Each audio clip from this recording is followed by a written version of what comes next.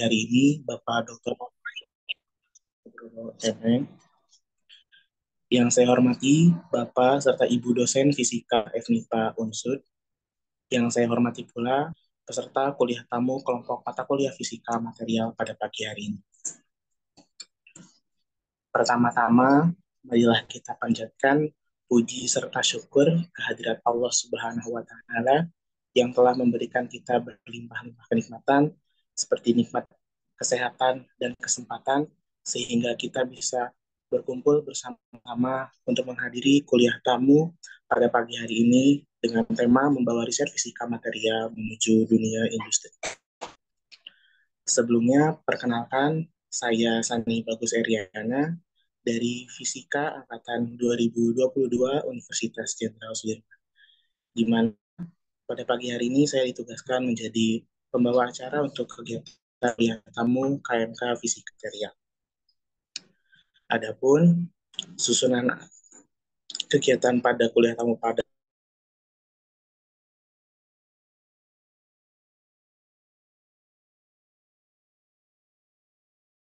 pagi hari ini. Adapun susunan acara pada kuliah tamu pagi hari ini, yang pertama pembukaan, yang kedua pembacaan doa, yang ketiga menyanyikan lagu Indonesia Raya, yang keempat sambutan, yang kelima pemaparan materi dan tanya jawab, yang keenam penutup, dan yang terakhir adalah foto bersama. Baik, mari kita buka kegiatan kuliah tamu pada pagi hari ini dengan ucapan basmalah bersama. Bismillahirrahmanirrahim. Bismillahirrahmanirrahim. Baik, beranjak ke acara selanjutnya, agar kuliah tamu kita diberikan keberkahan, marilah kita tundukkan pandangan kita sejenak untuk kita memulai pembacaan. Bismillahirrahmanirrahim. Alhamdulillahirrahmanirrahim. Allahumma sholli ala Sayyidina Muhammad wa ala alihi wa sahbihi wa sallam. Rabbi firli wali walidayya warhamhuma kama rabbayani shaghira. Rabbi shrah li sadri wa yassir li amri wahlul 'uqdatam lisani yafqahu qawli. Rabbi zidni ilman warzuqni. Amin, amin, ya rabbal alamin. Semoga doa yang kita panjatkan dapat dikabulkan oleh Allah Subhanahu wa taala dan memberikan keberkahan untuk kegiatan kuliah tamu kita pada pagi hari. Beranjak ke acara selanjutnya yaitu menyanyikan lagu Indonesia Raya.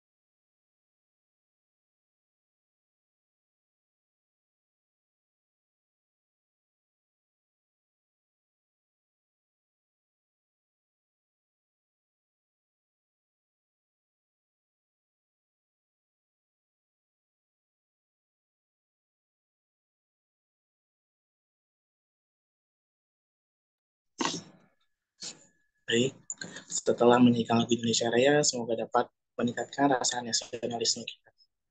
Beranjak ke acara selanjutnya, yaitu sambutan, di mana sambutan kali ini akan disampaikan oleh Ketua Jurusan Fisika Universitas Jenderal Sudirman kepada Bapak Jamrut Aminuddin PSD. Saya persilakan.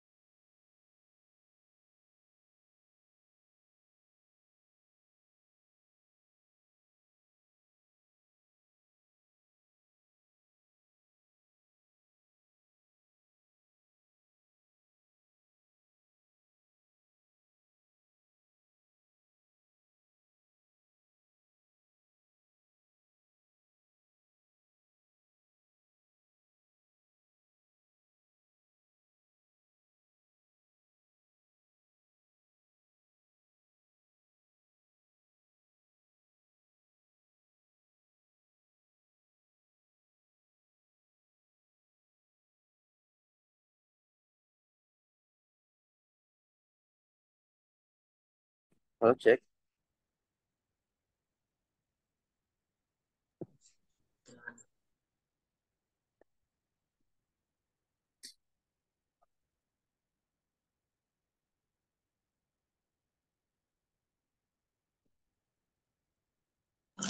Baik, kepada Bapak Jamrudin Peti, sebagai Ketua Jurusan Fisika Universitas Jenderal Sudirman, dipersilakan untuk menyampaikan sambutan pada kuliah pada pagi hari ini. Oke, sebentar ya. Tadi ini jaringannya kurang bagus.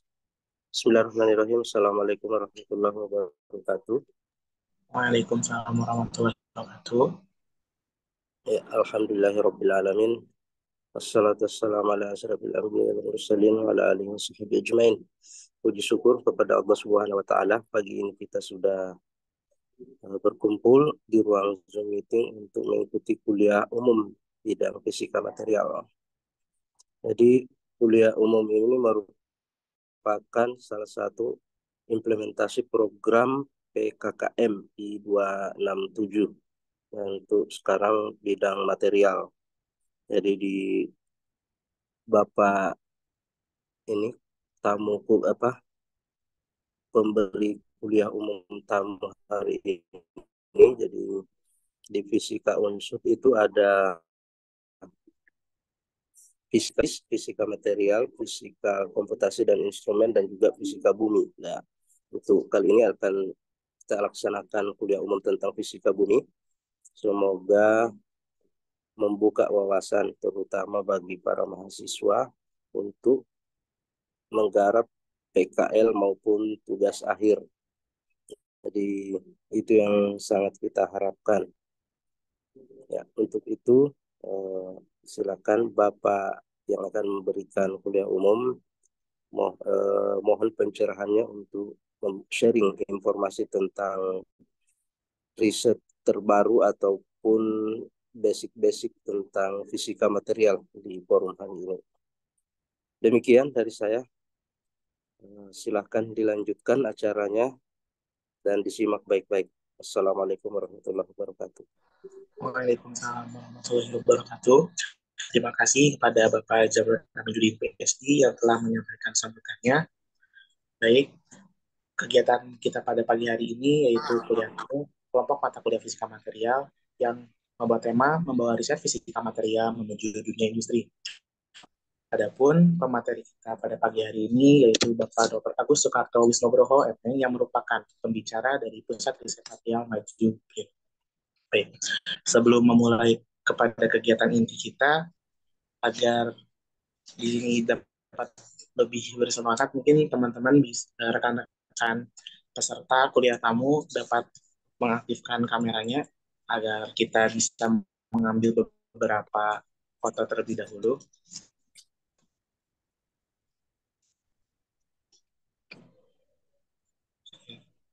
Rekan-rekan untuk peserta kuliah tamu KMK Fisika Material dapat mengaktifkan kameranya terlebih dahulu.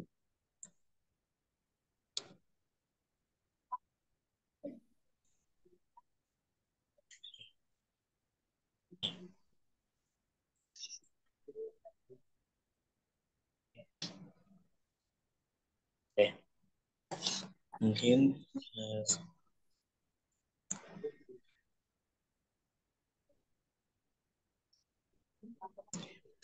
saya akan hitung untuk pengambilan fotonya.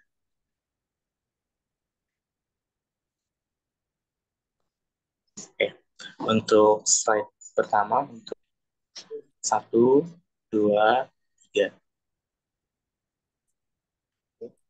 Untuk selanjutnya, 1, 2, 3. Bisa berganti pose. 1, 2, 3. Baik. Untuk slide terakhir, 1, 2, 3. Jadi, kita beranjak ke acara selanjutnya, yaitu acara inti kita, yaitu pemaparan materi dan sesi tanya jawab. Adapun untuk pemaparan materi kita pada kuliah tamu kali ini akan dipandu oleh moderator kita, yaitu Ibu Lucia Sylvia Purwoli. Ibu Lucia ini merupakan salah satu dosen fisika di Universitas Jenderal Sudirman. Baik, Pak Ibu Lucia sudah ada di ruangan? Sudah, Mas Bagus. Baik, baik. Mungkin untuk kegiatan selanjutnya saya serahkan kepada moderator, kepada Ibu Lucia. Saya persilakan.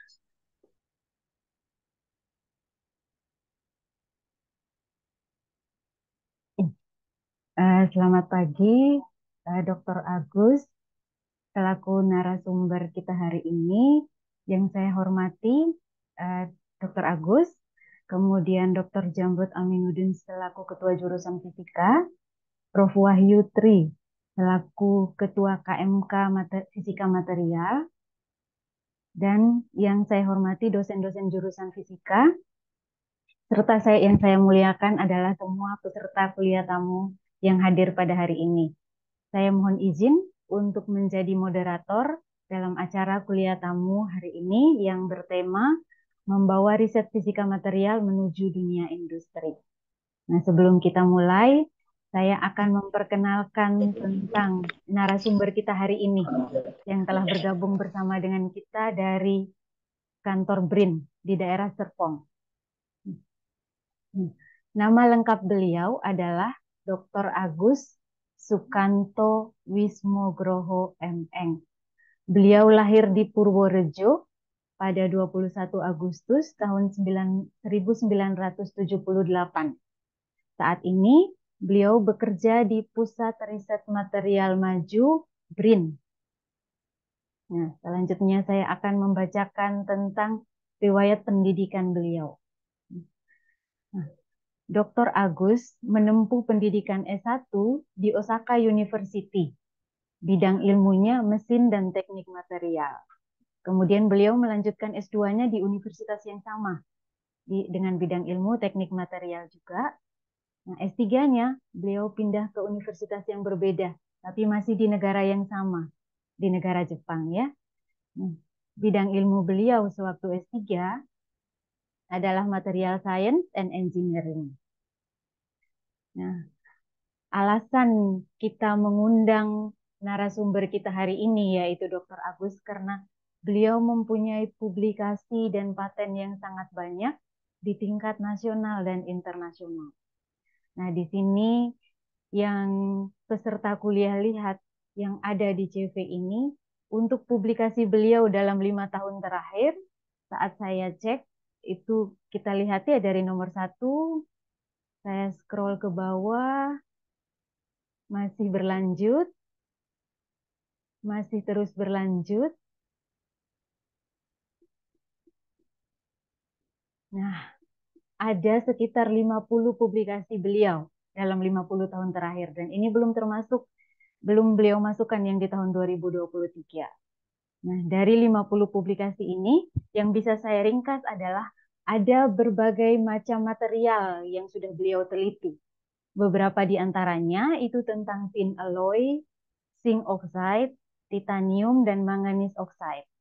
Nah, kemudian ukuran dari material yang beliau teliti juga bervariasi sampai pada skala nanopartikel. Aplikasi dari material ini juga macam-macam. Nah, salah satunya adalah kapasitor. Nah, selanjutnya kita akan lihat paten beliau. Oke, di poin C tentang perolehan hak kekayaan intelektual dalam 10 tahun terakhir. Paten yang beliau peroleh ini juga levelnya nasional dan internasional. Ya. Ini di poin 1 ada paten dari Jepang. Nah, kita lihat ada berapa jumlah paten yang sudah beliau punya. Saya scroll. Masih terus berlanjut ya. Nah, total ada 38 buah paten. Luar biasa. Nah, dan paten beliau ini ada macam-macam. Ada paten tentang metode pembelajaran. Contohnya pembelajaran tentang struktur kristal suatu material. Ada paten tentang pembuatan mesin untuk tujuan tertentu. Misalnya untuk penghancur partikel. Dan juga ada paten tentang cara mensintesis material tertentu. Jadi sangat banyak pengalaman yang beliau punya. Nah, dari pengalaman beliau yang kaya inilah kita membutuhkan pandangan beliau tentang topik kuliah umum kita kali ini. Nah, topik yang beliau bawakan ini penting untuk memberikan wawasan kepada kita tentang bagaimana membawa riset fisika material menuju dunia industri, khususnya saat ini kita berada di revolusi industri 4.0. Nah, topik ini juga menarik karena saat ini kita berhadapan dengan kondisi di negara kita yang mana penelitian yang kita lakukan, baik itu kita dari institusi pendidikan maupun mungkin dari institusi penelitian seperti BRIN, itu apa yang kita lakukan masih jauh dari aplikasi di dunia industri. Nah, oleh karena itu, mari kita pasang telinga dan mata kita dengarkan paparan dari Dr. Agus tentang membawa riset fisika material menuju dunia industri. Kepada Dr. Agus Sukarto, waktu dan tempat saya persilakan, Dokter. Baik, terima kasih atas waktu yang diberikan pada Ibu Moderator. Pertama, saya ucapkan Assalamualaikum warahmatullahi wabarakatuh. Salam sejahtera buat kita semuanya.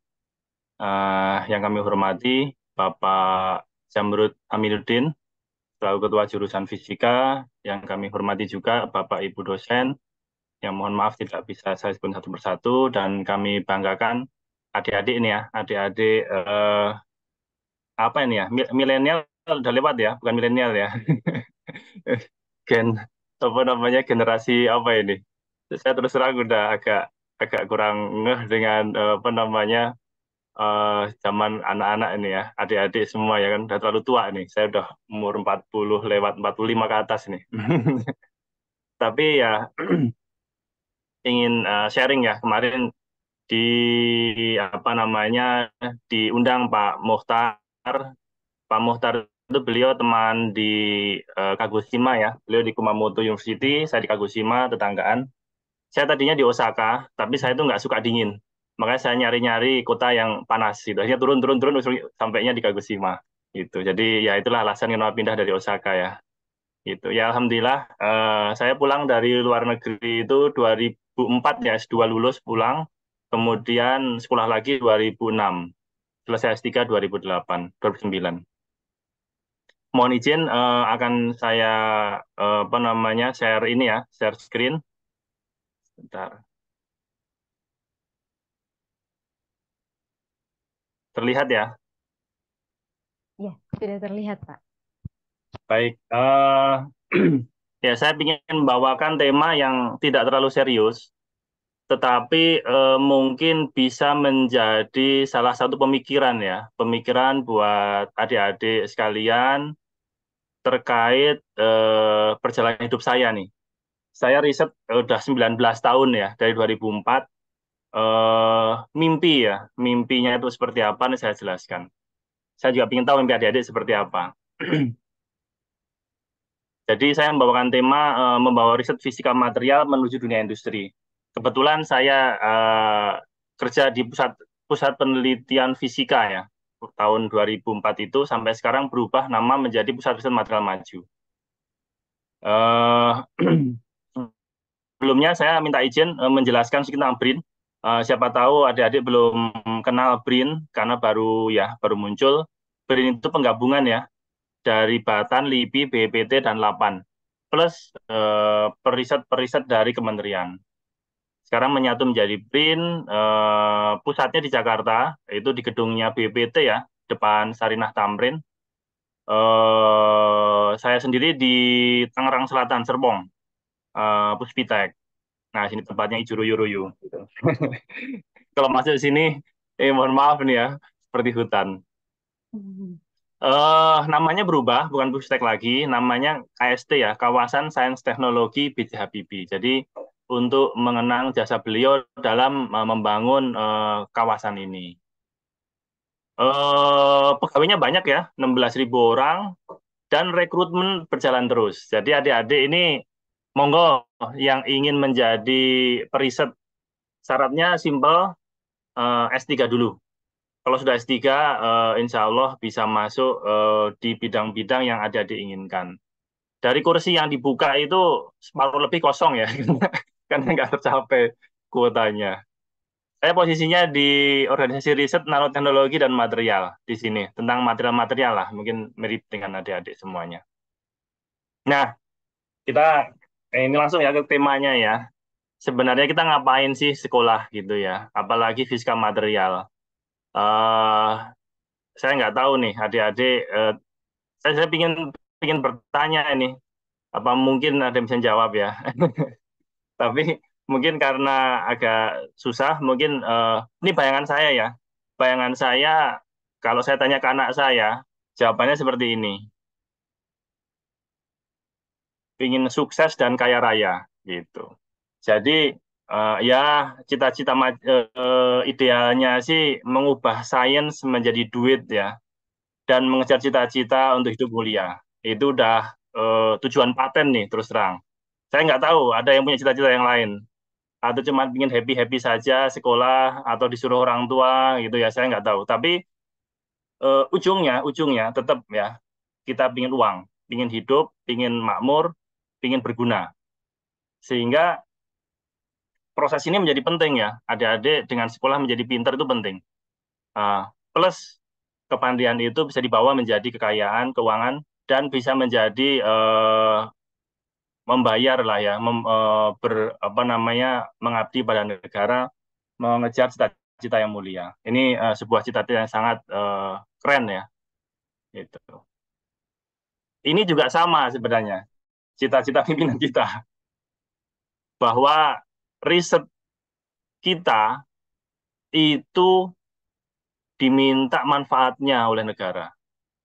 Jadi sebenarnya lubuk hati mendalam kita, saya ya terutama ya, ini pengalaman saya, ingin membawa itu menjadi ekonomi, itu juga sama persis keinginan pimpinan-pimpinan negara kita. Apa sih manfaat kita itu sekolah, menjadi peneliti yang keren, merisetkan riset-riset yang mahal ya, susah gitu, nggak lulus-lulus gitu, susah lulusnya, untuk kepentingan ekonomi negara. Ini menjadi suatu yang rumit ya untuk dijawab apabila ya ini pengalaman saya. Nanti saya tunjukkan seberapa rumitnya pertanyaan ini. Terutama buat saya, dan saya selalu merenungi sejak kedatangan di Indonesia. Karena culture shock itu bukan ketika saya berangkat ke Jepang. Culture shock itu ketika saya pulang ke Indonesia. Seperti itu. Dari penelitinya atau adik-adik peneliti dosen pinginnya anggaran penelitian naik gitu ya. Dulu dong anggarannya gitu. Dari pemerintah menuntutnya, mana hasilnya? Ekonomi negara nggak naik-naik nih. Udah dikasih duit banyak, nggak maju-maju negara. Mana hasil risetnya? Kayak ayam telur. Siapa yang salah gitu. Ini menjadi rumit ya, dan saya sudah mengalami 19 tahun sejarah bahwa kami itu fisika di tempat kami itu telah lahir tahun 67 ya, sedikit setelah G30 PKI 65 sampai sekarang. Umurnya sudah 55 tahun ya, 677 ya, 55 tahun. Udah sepuh lah ya, gitu. Udah dari LFN menjadi P3FT, menjadi Pusat Penelitian Fisika, Pusat Riset Fisika, dan sekarang menjadi Pusat Riset Material Maju, BRIN.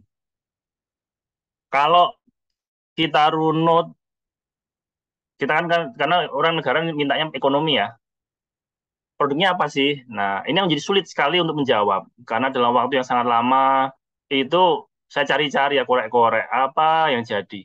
Ternyata itu dulu ada ya, produk kertas hias gitu. Kertas hias. Kalau sekarang dengar sih ketawa ya, mungkin waktu itu keren ya, 20-30 tahun yang lalu. Kemudian keramik tradisional, gerabah. Gerabah-gerabah di kampung itu mungkin dulu pernah kita kembangkan di zaman kita.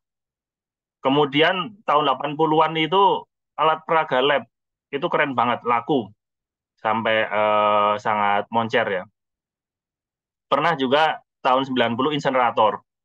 Kemudian water treatment 20 tahun yang lalu. Kemudian penghancur jarum suntik nih zaman COVID, kemudian ya inilah ya yang berkaitan dengan itu. Kalau saya sendiri komitmen mengembangkan sesuatu yang kami butuhkan untuk penelitian. Saya bikin alat produksi dan tungku suhu tinggi.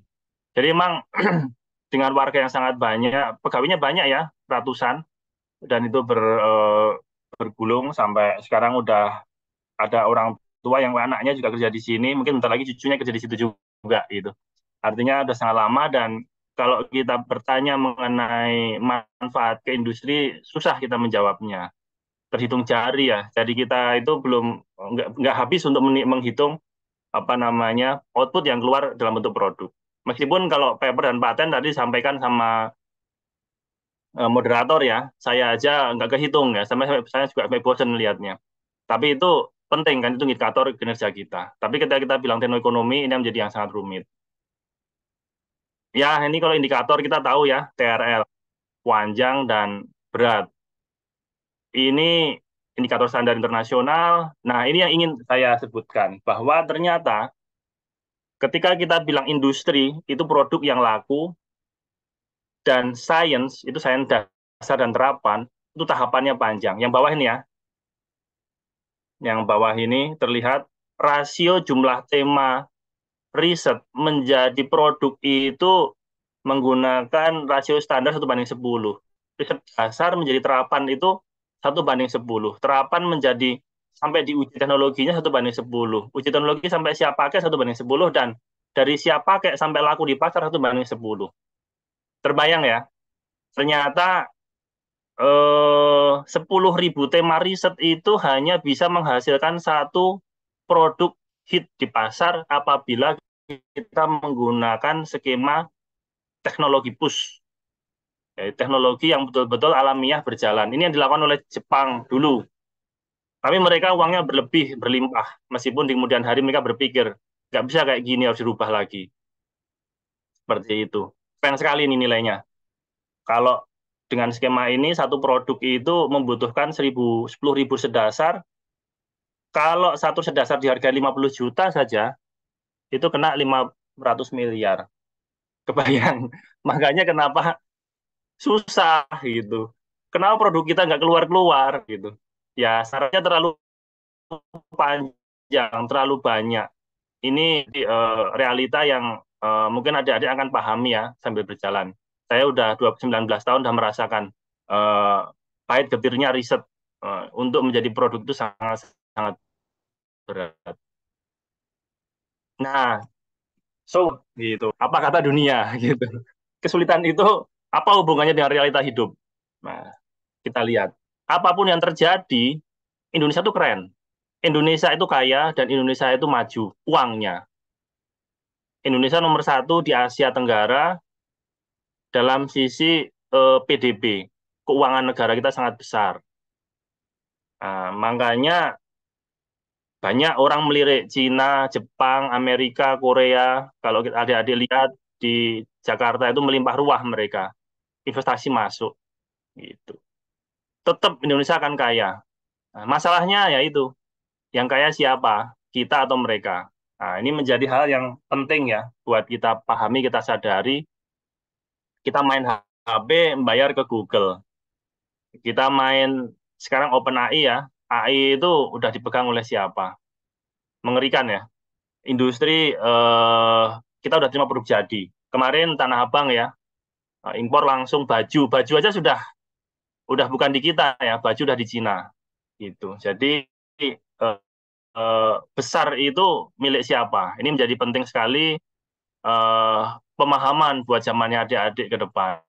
Ya, kalau saya sih udah tua ya, saya 20-30 tahun lagi, 25 tahun lagi pensiun, gitu ya. Nah, kalau adik-adik kan masih baru mulai meniti karir masa mendatang. Ini perlu dipelajari, siapa pemilik negara kita. Ini yang menjadi penting dalam diskusi kita. Nah ini, ada yang tulis buku, ketika kita tidak pernah menjadi apa-apa. Ini, saya baca ini, aduh, terasa sekali ya. Kondisi kadang tidak sesuai dengan ekspektasi, tetapi kita harus melewatinya dalam kondisi yang sulit. Ini yang menjadi penting. Makanya saya melihat tagar dari suatu wilayah nih, Buleleng. Peran pemuda dalam pembangunan. Adik-adik itu apa? Ngapain sekarang? Apa yang harus dilakukan? Belajar itu untuk apa? Bagaimana cara adik-adik belajar? Sehingga adik-adik bisa mengisi dan bangga menjadi pemilik negara ini, kaya raya, sukses, hidup mulia, bisa memberikan sedekah sana-sini ke luar negeri.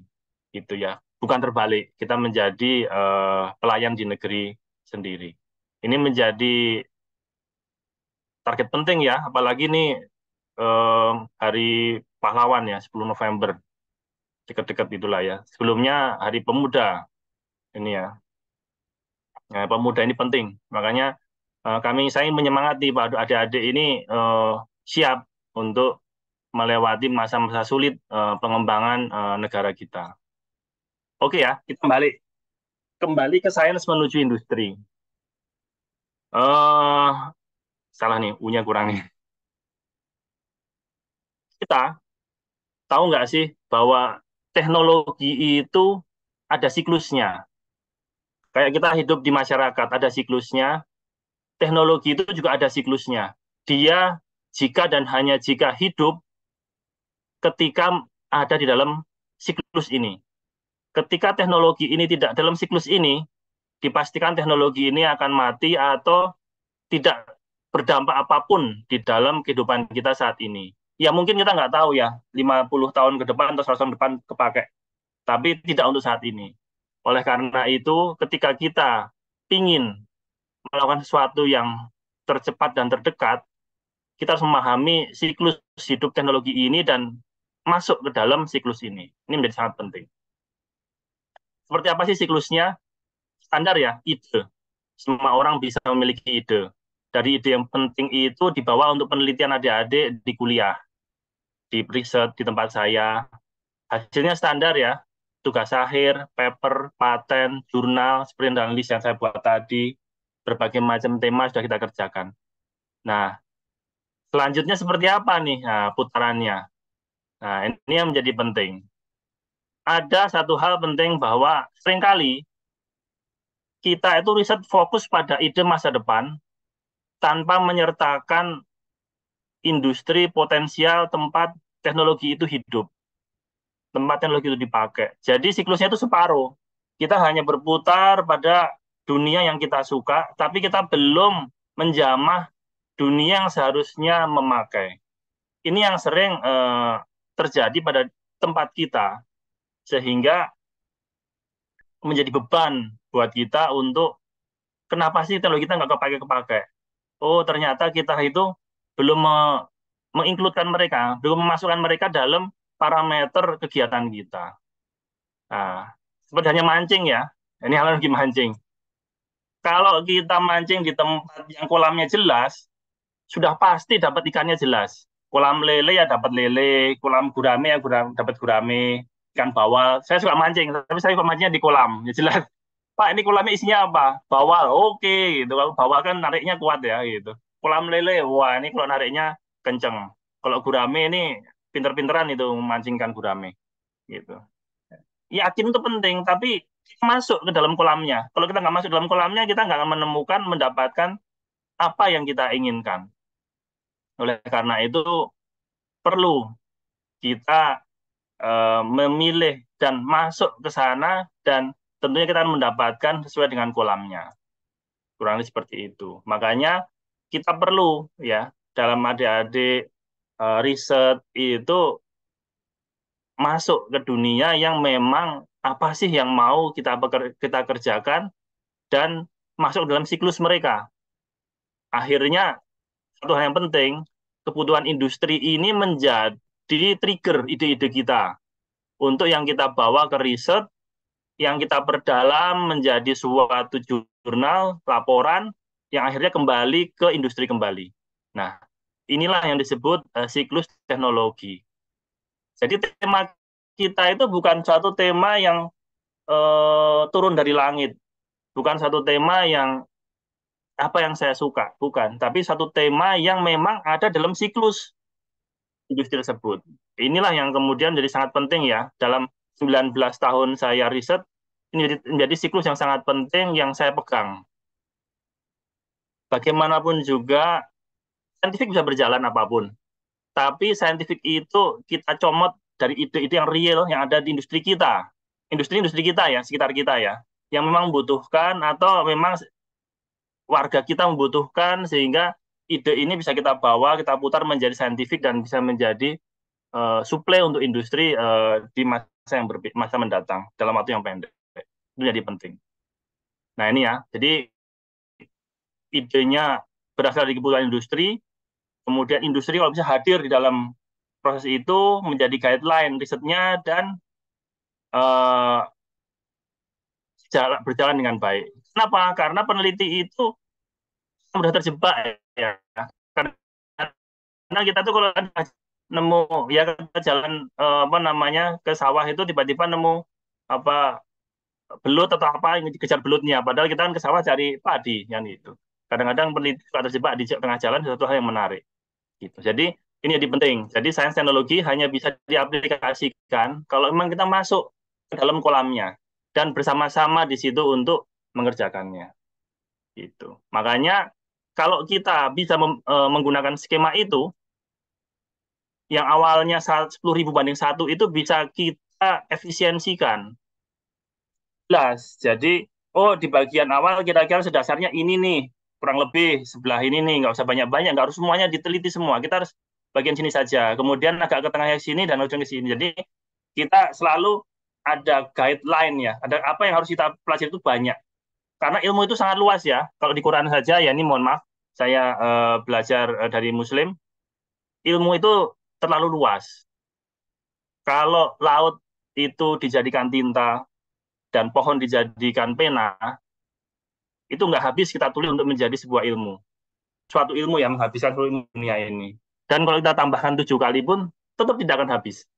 Jadi seberapa besar jumlahnya ilmu itu tidak terbatas. Oleh karena itu, kita yang perlu membatasi diri, karena kita memang hidup terbatas, waktu terbatas, umur terbatas, anggaran terbatas.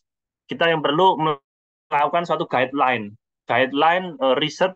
Nah, tapi kan kita susah guideline-nya seperti apa. Makanya kita mengajak industri yang berkaitan dengan interest kita. Nah, ini menjadi metode yang saya kembangkan dalam riset selama 19 tahun ini untuk mempercepat ya, mengefisiensikan waktu riset kita menjadi suatu teknologi yang mendekati ke arah pasar. Jadi tidak perlu semua diriskan, tapi kita mencari yang murah, cepat, dari proses riset menjadi industri. Oke. Nah, ini saya ingin share beberapa studi kasus ya. Semoga waktu yang mencukupi. Kerjasama kami dengan industri berkaitan dengan tema-tema material. Ada 2 tema besar. Saya riset dengan industri besar, BUMN, sama saya riset dengan industri sangat kecil. Nah, gitu. Kita nanti lihat perbedaannya. Pertama adalah saya bekerjasama dengan PT Timah Industri. Pengembangan produk turunan timah. Adik-adik tahu ya timah ya? Timah solder gitu ya, kalau yang gampang. Kalau teman-teman fisika material itu bisa atau nyolder-nyolder ya gitu. Nah, masalahnya apa sih dengan timah industri itu? Gitu ya. Masalahnya yang paling simpel adalah yang di kota sini nih. Bisa kelihatan enggak ya? Nah, ini. Kita itu pabrik timah itu dari Belanda. Sampai sekarang stagnan. Gitu-gitu aja. Kemudian barangnya dijual, dari 100% barang timah itu, kita hanya bisa mengolah menjadi turunan itu cuma 4%. 96-nya itu diekspor dalam bentuk timah batangan. Gitu. Jadi harganya meskipun mahal ya, tapi relatif murah dibandingkan dengan turunannya. Itu satu. Yang kedua, timah kita itu mau habis. 2045 itu diproyeksikan timah Indonesia lenyap ya. Nah, lalu gimana nih? Yang sekarang belum dikuasai ilmunya, udah hilang bentar lagi di depan mata. Nah, ini menjadi tantangan ya. Tantangan, makanya Jokowi tahun ini rencananya mau nutup ekspor timah, seperti nutup ekspor nikel. Itu, tapi nggak jadi karena berbagai macam kepentingan. Ini menjadi tragis ya. Nah, oleh karena itu, kita perlu riset bersama-sama untuk menyelesaikan masalah negara ini. Ini PT Timah Industri menyampaikan masalahnya. Mereka udah bikin pabrik, cuman baru 1. Untuk mengkonsumsi timah sejagat terat-terat itu masih jauh lah dari cukup. Mereka juga bikin timah solder, tapi ketinggalan zaman ya. Butuh yang lebih canggih. Makanya kita bikin proyek pengembangan tin solder powder. Kenapa powder? Nah, ini ilmu baru ya. Saya nggak tahu teman-teman pada tahu apa enggak. Untuk mensolder itu kan adik-adik tahunya mungkin timah solder pakai kawat ya. Pakai mesin solder gitu satu-satu kalau zaman dulu. Kalau yang di industri pakai celup. Kalau sekarang tuh pakainya tepung. Tepung seperti ini dibikin seperti nyablon baju. Nah, kemudian kayak di internet kan komponen ditempelin plek plek plek plek itu cepet banget pakai tangan robot, kemudian masukin open gitu. Jadi yang dipakai itu timahnya timah powder gitu. Nah, ini mereka minta bisa nggak sih bikin timah powder gitu. Mereka melakukan kajian persiapan untuk bikin pabrik gitu. Makanya akhirnya kita belajar tentang timah ya. Sekarang belajar tentang solder powder. Kenapa sih harus pakai solder powder? Ternyata ini kan ya komponen makin kecil sekali. HP semakin ringan, semakin keren, semakin kecil gitu ya. Membutuhkan solder yang makin kecil juga. Makanya dibutuhkan powder-powder yang semakin halus. Yang ukurannya itu seukuran bedak mbak-mbak ya. 325 mesh itu sekitar 20-30 mikron. Halus banget deh. Gitu. Nah, ini kita belajar mengenai karakteristik solder seperti apa. Jadi kita direct, permintaannya seperti ini, kita belajar seperti ini, berbagai macam. Nah, ini teorinya, nanti adik bisa pelajari lagi bahwa SN itu meskipun tidak mudah berkarat, berkarat juga. Level karatnya itu sangat kecil, tapi ganggu. Jadi karat yang diizinkan di permukaan timah solder itu cuma 4 nano. 4 nanometer. Lebih dari itu akan gagal pakai. Ini yang sebelah kanan, sebelah kiri bawah ini gagal pakai ya. Kalau sebelah kiri atas ini mulus ya hasilnya ya. Ini uji uji tin solder powder. Kalau mulus ini bagus. Tapi kalau paling kanan bawah itu yang ada delomok-delomok di sekeliling bulatan ini dia kotor. Ini terjadi karena oksidanya berlebih lebih dari 3 sampai 5 nanometer. Jadi meskipun gini doang ternyata levelnya nano nih gitu. Untuk melihatin layernya aja bingung kita. berapa berapa nano nih gitu ya. Gitu seperti itu. Tapi inilah levelnya sehingga sulit kita untuk menguasainya begitu saja.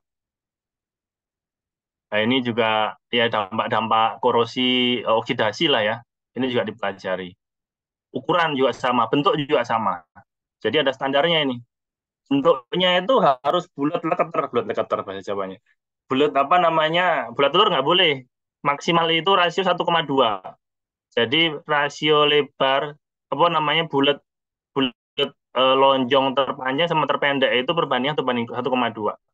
Itu lebih dari itu nggak diterima. Jadi betul-betul sangat spesifik.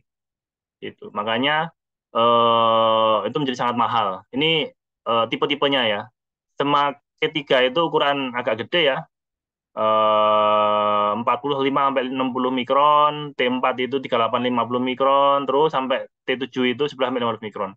Harganya juga sangat fantastis, semakin halus semakin mahal ya, gitu. Berlipat-lipat dari harga timah itu sendiri. Makanya menjadi challenging buat kita untuk menyelesaikan masalah ini. Nah, kita pelajari nih, untuk bikin timah powder itu gimana. Nah, di Indonesia yang untuk membuat metal powder itu hampir nggak ada ya. Ada, saya cari ketemu dengan Prof. Bambang di UI.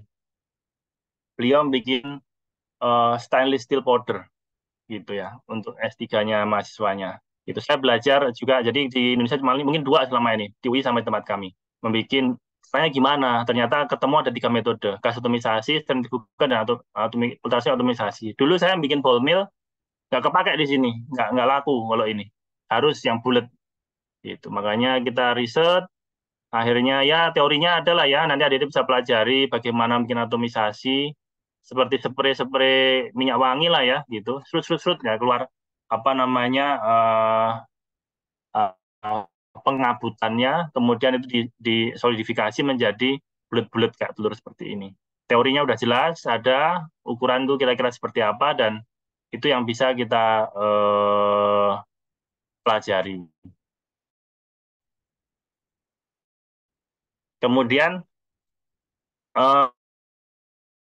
proses itu ternyata ya pakai apa namanya powder metal dari luar negeri yang bulat ya pasti dibuat dari metode ini, gas atomisasi. Misalkan Fe, Cu, Cu powder gitu ya, kita beli dari Cina, dari itu dari Jepang, biasanya pakainya metode gas atomisasi. Ternyata ini bukan barang baru buat mereka, meskipun hampir tidak ada yang melakukan. Nah, ini juga ada kelemahannya, tapi ya sudahlah, kita coba dulu yang kita bisa lakukan. Nah, ini kita mencoba riset bersama dengan PT Timah Industri menggunakan metode gas atomisasi. Kita mulai dari tong ini ya, tong ya step by step lah. Dari tong naik menjadi profil tangki apa namanya air, kemudian naik menjadi yang barang lebih serius. Ini di workshop kita sekarang ada seperti ini untuk membuat suatu powderisasi prototyping. Nah, ini hasilnya. Ini hasilnya lumayan bagus ya. Awal-awal bentuknya masih lonjong-lonjong nih. Bentuknya kayak arem-arem gitu, panjang-panjang. Lama-lama bisa menjadi lebih bulat, bisa menjadi lebih teratur ya. Ini jadi powder dalam bentuk metal. Ini kita hasilkan menjadi suatu teknologi yang memang diminta ke industri.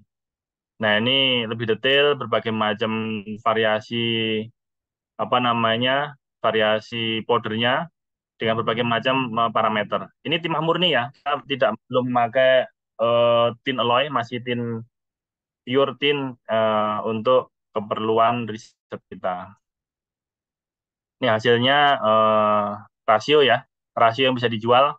Namanya juga riset untuk industri, tidak cuma berbicara masalah saintifiknya saja, kita harus menghitungkan gain, apa namanya si yield ya, yield dari proyek kita. Ini T1, T2, T3, T4, T5 ya, itu sampai 90% kita mendapatkan hasilnya. Semakin halus, semakin sedikit, tapi semakin kasar, semakin banyak. Gitu. Ini hasil yang cukup lumayan.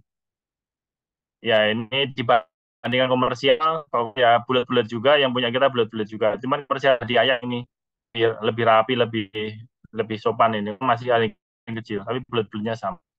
Ini hasil XRD-nya dan publikasi ya. Kalau publikasi insya Allah ada ya. Jadi ada nggak usah khawatir, oh, ini kayak tukang banget. Enggak ya. Saintifik itu akan ada bersamaan dengan analisis pengujian pendalaman dari teknologi yang kita kembangkan. Paten juga sama. Ini makanya apapun temanya bisa kita publikasikan. Ini menjadi sangat penting. Kemudian ini bisa video nggak nih? Kalau bisa video ingin saya ini nyalakan. Bisa, Dokter Agus. Bisa ya? Suaranya Bisa, kedengar bisa. nggak? Oke. Ini video proses ya pembuatan timah powder yang dikembangkan oleh kami di laboratorium.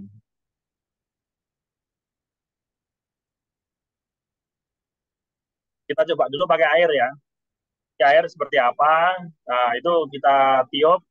Jadinya ada kabut ya di bawahnya, kabut air. Ini di suhu ruang. Gitu. Lalu reaktornya kita bawa ke suhu tinggi, di suhu melting itu di atas 300 derajat. Kita masukkan timah ini ya, materialnya kita apa namanya kita lebur, kita siapkan untuk di proses.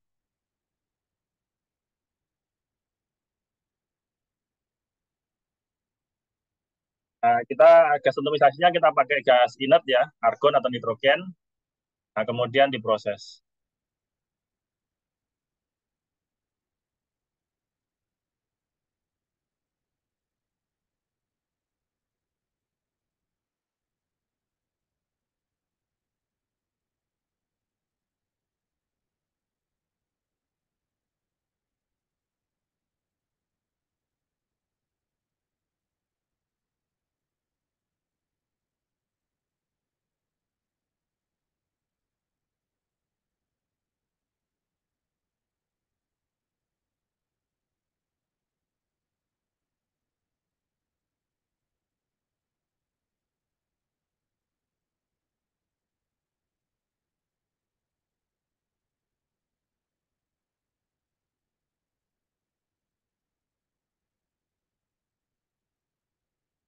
Oke, jadi kalau lebih seperti itu ya. Kalau dalam apa namanya video lebih mudah dipahami, meskipun tidak muncul saintifiknya, tapi itu menjadi kenangan buat kita sampai sekarang berjalan. Selanjutnya metode yang kedua adalah metode sentrifugal. Sentrifugal ini sebenarnya metode yang cukup bagus ya, karena tidak menggunakan gas, apa namanya spinning dengan kecepatan tinggi, teorinya juga ada ya, dia membuat lignin, jadi muncrat ya, muncrat wur gitu. Kecepatan spinningnya cukup tinggi nih, sekitar 60.000 rpm ya. Kalau gerinda itu 12.000 sampai 20.000. Jadi ini 3-4 kali lipat lebih cepat daripada itu. Semakin cepat semakin bagus, berbagai macam konsep-konsep itu ada dan itu udah ada. Ini contoh pabriknya kalau di industri seperti ini. Butuh chamber yang gede karena dia terlempar ya. Itu seperti itu.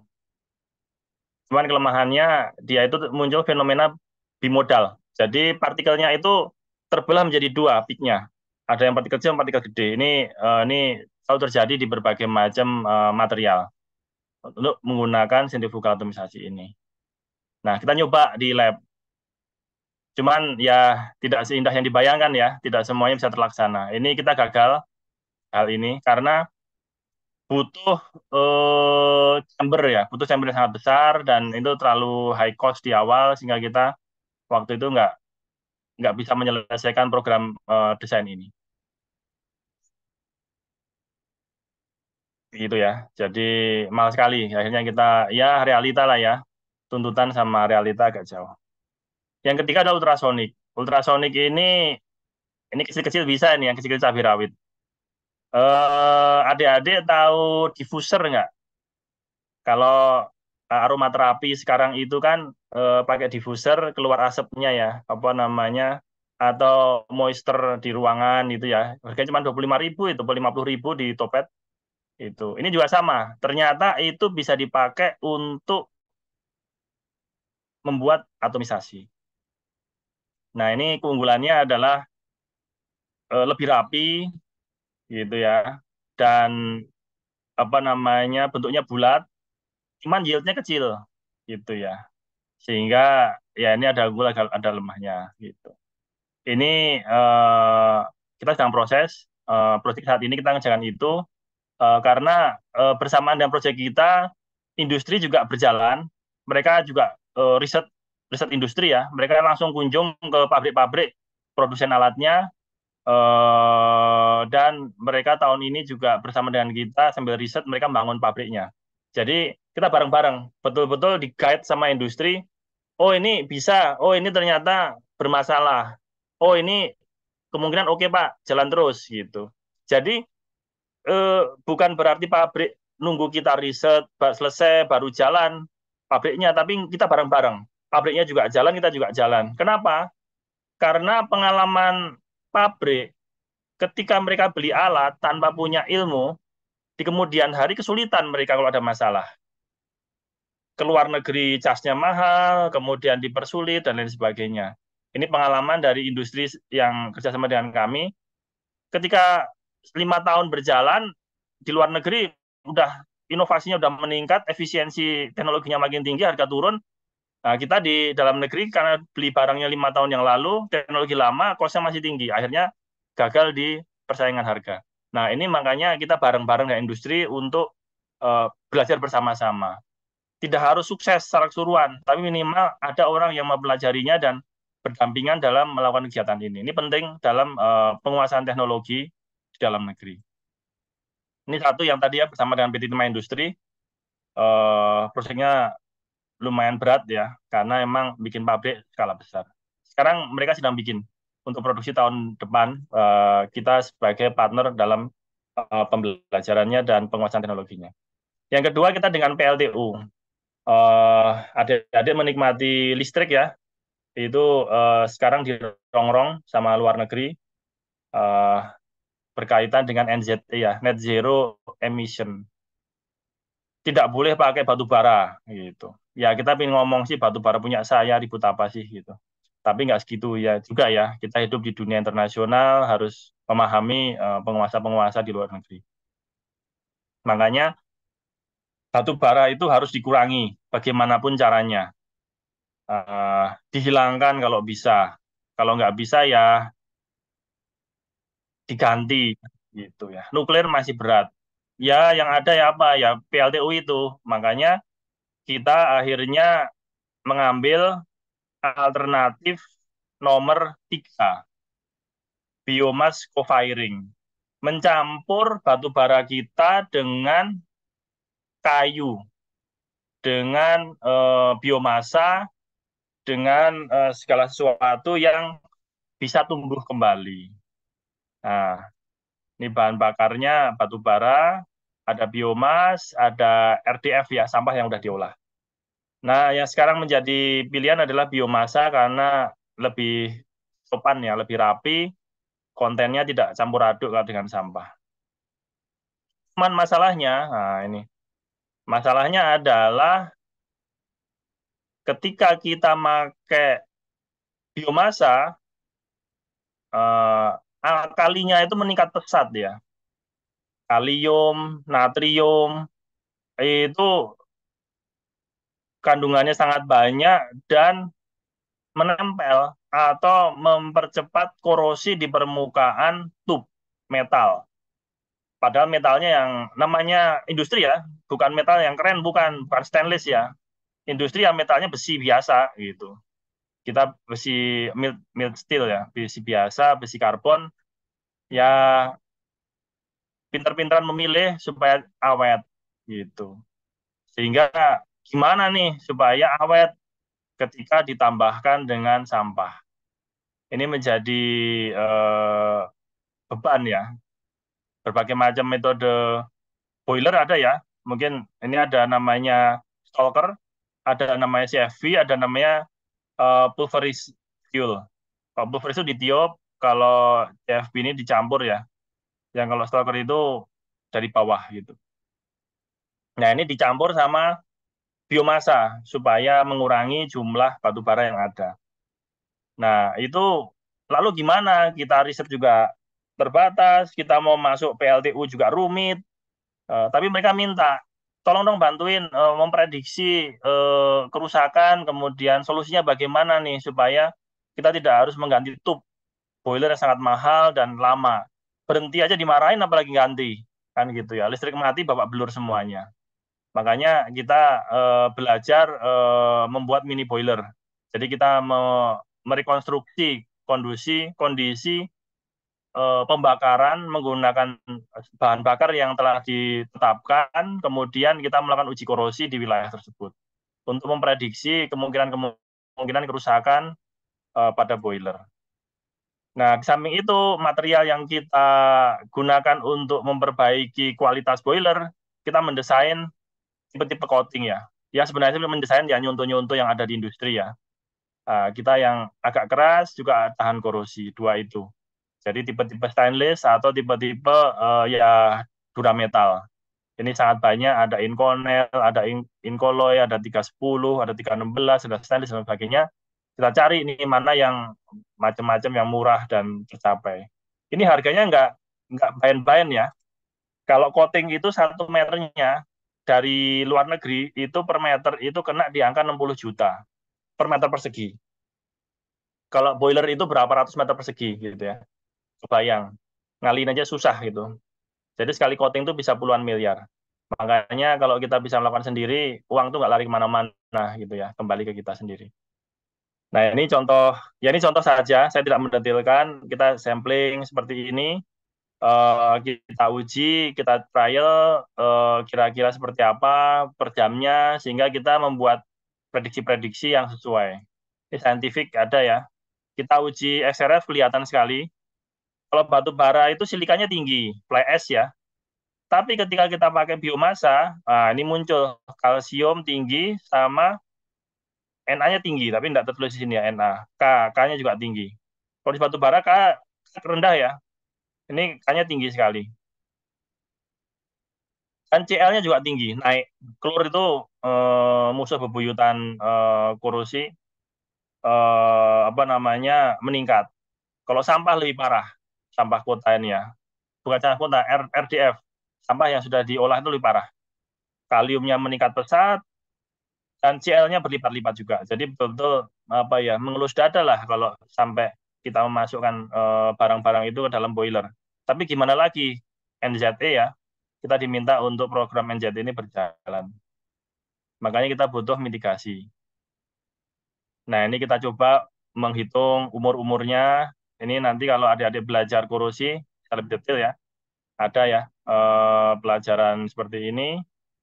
Ada juga kita juga bisa mempelajari mekanismenya menggunakan SRD, fenomena korosinya seperti apa dan apa yang terjadi di permukaan coating itu. EBSD juga bisa, kita lengkap alatnya, ada TEM, EBSD, silahkan kalau ada di pas belajar, ingin belajar bersama kami, bisa. Nah, kalau ke industrinya kita langsung menuju umur. Nah ini, jadi saintifik pasti ada ya, meskipun dalam bahasa industri. Lalu kita jelasin panjang lebar, kesimpulannya yang tanya dari PLN, Lalu umurnya berapa lama Pak kita pakai? Waduh, akhirnya harus hitung umur totalnya. Makanya kita bikin laju korosi per tahun. Kita lihat ternyata memang kalau batu bara murni sih umurnya cukup bagus ya, satu bulan dalam setahun cuma 0,2 mili. Tapi kalau udah biomasa langsung naik 0,8. Ini kalau itu ya. Jadi emang keren itu kerusakannya gitu ya. Kalau udah pakai sampah lebih parah lagi 1,2.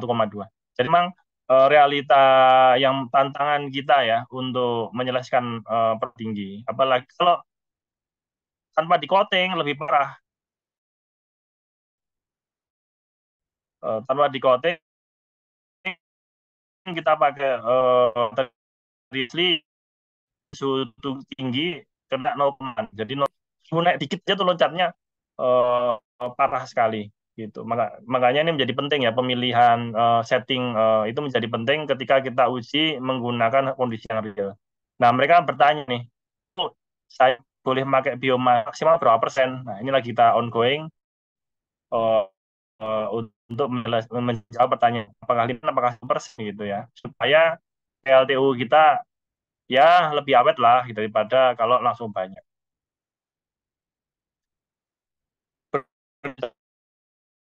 Dan dengan itu kita juga uji langsung di Indramayu. Ini lagi yang khusus uji sana, kita uji real di dalam lab ya sebelum ke sana. Kuponnya kita bakar, leleh apa tidak, jangan-jangan gosong, repot.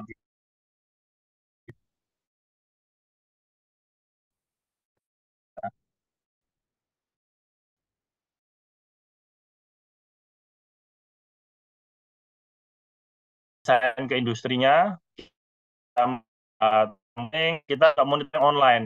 Jadi kalau udah seperti ini, material itu bagian dari program seluruhannya. Ada yang materialnya, ada yang sistem, ada yang monitoring dan lain sebagainya. Nah ini kita coba memasang di PLTU. Ini baru trial kupon ya. Kita pasang sejauh mana trial kita berbahaya atau tidak, mengganggu atau tidak PLTU yang ada. Kita monitor setiap hari, kita jarak jauh, kita lakukan terus.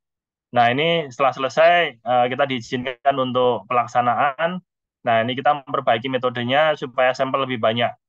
Kalau sebelumnya sampel cuma bisa 12, sekarang bisa 40 sekali masuk dengan metode yang baru. Ini desain yang baru, kita sudah sedang persiapan untuk pelaksanaan tahun depan. Itu. Nah ini buat adik-adik nih, siapa tahu ya, siapa tahu ada yang berminat bisa join untuk program ini.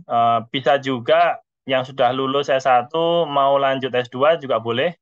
Kita ada program magang degree by riset, ada beasiswa S2-nya, S2 atau S3, kita juga ada uang sakunya bulanan.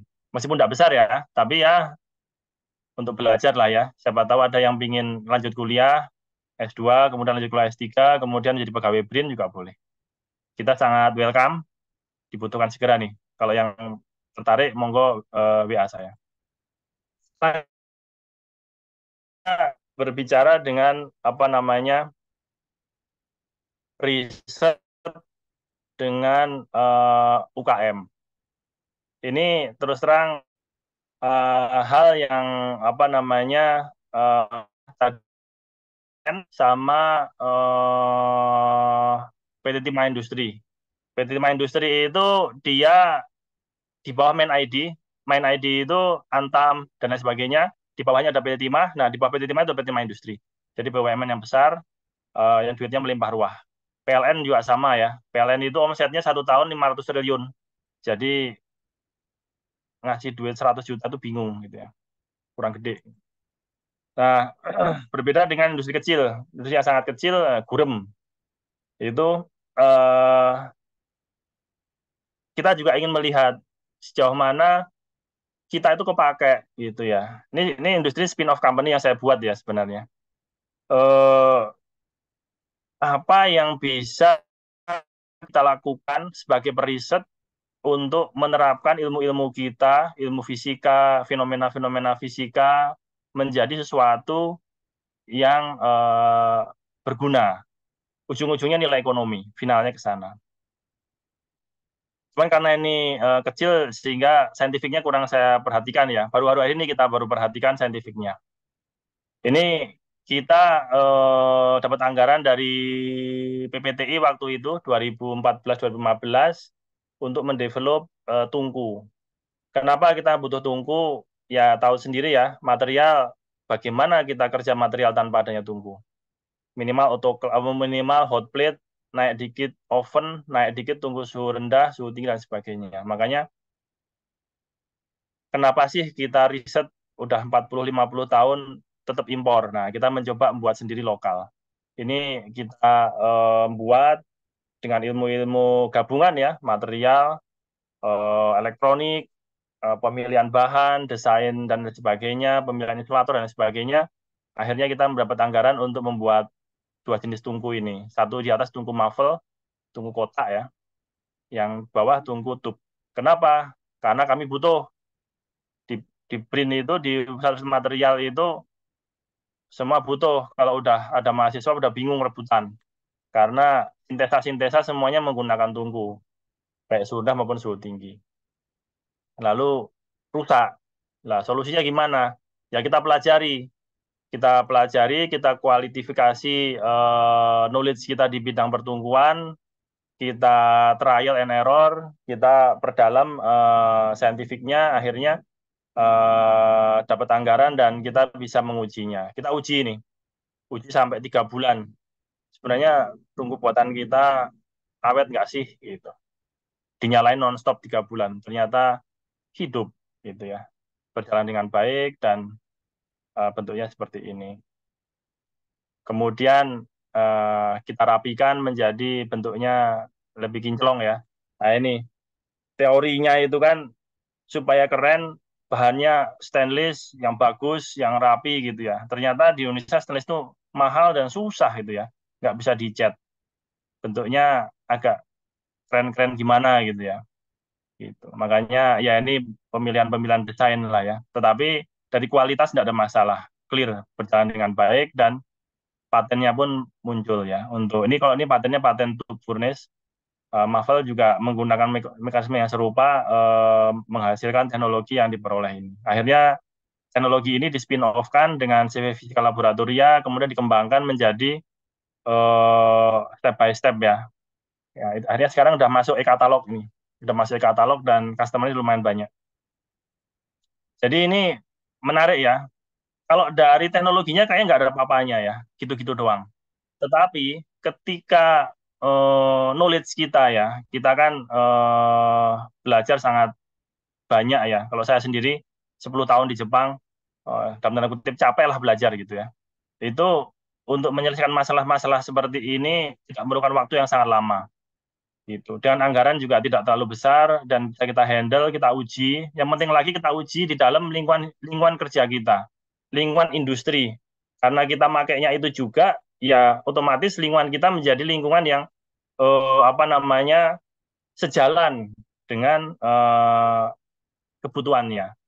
Rusak langsung kita apa namanya kita respon, kita perbaiki, kita develop terus dan lain sebagainya sehingga akhirnya menjadi suatu produk yang sekarang bisa diterima di LKPP dan e-katalog nasional. Ini e-katalog itu cukup rumit kalau tidak memiliki legalitas dan kualitas yang benar, susah untuk masuk ke sana. Ini udah dapat KDN, nilainya 40% dan sudah majang di nasional. Jadi, kalau teknologi-teknologi yang UKM ini cepat dia. Jadi karena tidak terlalu canggih-canggih banget, tapi sangat bermanfaat dan bisa merespon kebutuhan kita yang sangat cepat. Nah saat ini kita sedang berjalan develop lebih lanjut, yaitu keramik heater dan insulator. Terutama insulator. Insulator ini sangat mahal ya. Jadi mungkin kita kurang tahu ya. Secara umum berpikir bahwa tungku itu yang paling mahal heaternya. Ternyata bukan. Tungku itu yang paling mahal insulatornya. Harga insulator itu separuh dari total produksi tungku itu sendiri. Jadi betul-betul sangat mahal dan ini tidak bisa diproduksi di lokal. ada bata api lokal, tapi nggak cocok untuk keperluan tungku kita. Kami sudah mencoba menggunakan bata lokal, panasnya lari kemana-mana, tebel, berat, wah itulah banyak komplain gitu. Akhirnya tetap kami sekarang masih impor dari Cina. Lalu untuk mengejar hal itu kita mendevelop ya instalator lokal. Ini ada satu anak dari ITERA tahun ini masuk di tempat kami lagi daftar S2 di UI dengan tema heat installator. Jadi tema-tema industri itulah yang kita pick up menjadi tema yang kita bawa untuk anak-anak tugas akhir dan kuliah. Kemarin ada anak SMK dari Sukabumi di tempat kami riset heat installator ini jadi ternyata. Jadi apa ya? Ternyata kadang-kadang ketawa juga ya. Sesuatu yang susah, berat, kita impor mahal-mahal, dikerjain anak SMK jadi juga. Ya masih 80-90% sih ya, tapi menjadi suatu proses yang sedang berjalan. Tidak saya tampilkan karena lagi dalam proses dan mau saya patenkan dahulu. Tapi ini menjadi informasi yang menarik ya, bahwa tidak semuanya sulit, tidak semuanya berat. Tapi kalau kita berkomitmen dan interaktif dengan mitra terus, gitu kita menemukan celah-celah yang sesuai, gitu ya. Karena terlalu banyak pilihan. Kalau kita nggak memilih yang urgen yang penting apa yang mendesak kita akan ke bawah hal-hal yang menarik yang lainnya. Terbukti dengan heat insulator ini saya riset hampir 3 tahun ya, dan akhirnya tahun ini selesai dengan di tangan anak-anak SMK Sukabumi, SMK Kimia itu. Mereka berenam datang, 2 orang di tempat saya mengerjakan ini. Itu.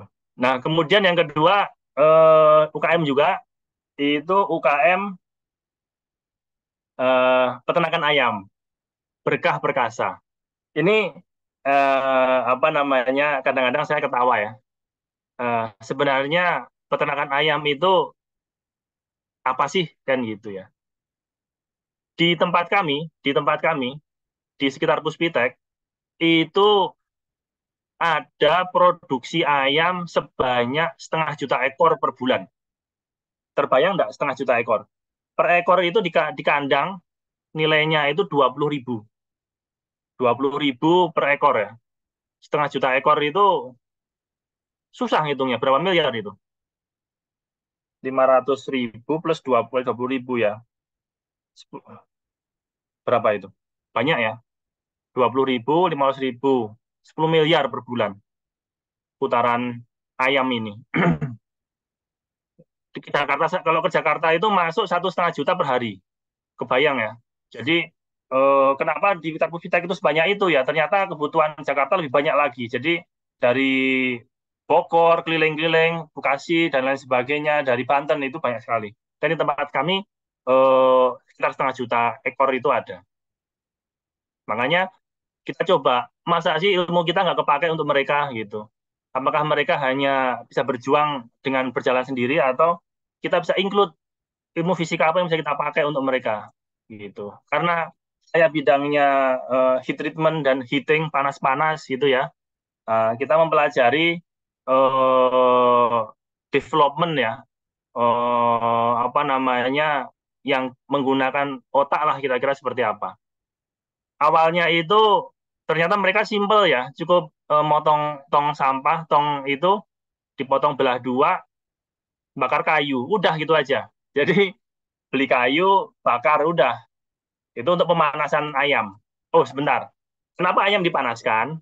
Jadi DOC ya, anak ayam itu dari umur 1 hari sampai umur 10-12 hari itu butuh suhu ruang di sekitar 34 derajat Celcius. Ini wajib. Kalau kurang dari suhu itu akan kuntet.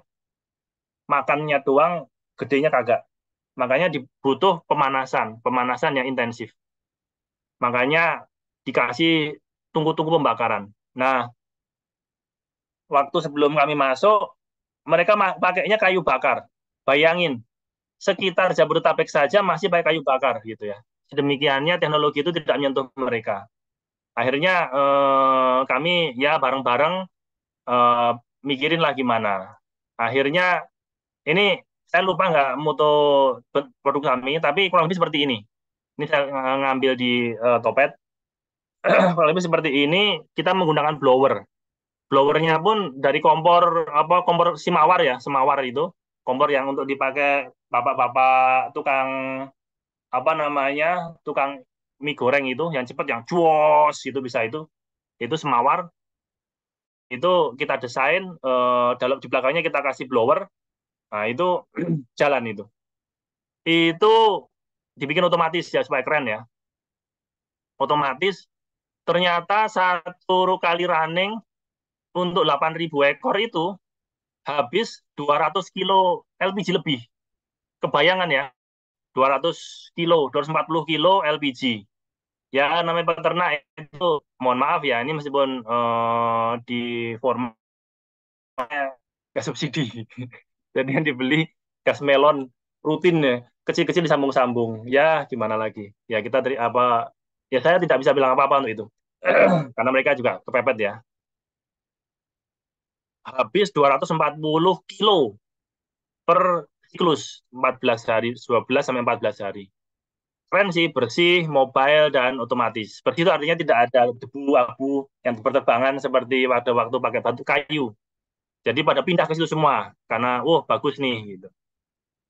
Tapi ya tetap ya, namanya kita peneliti, kita perdalam, kita berdetail, kita ganti materialnya. Kita ganti materialnya menjadi stainless. Double layer stainless. Langsung panasnya lebih efisien. Sampai sekarang saya masih belum mudeng nih. Saya lagi mau pelajari.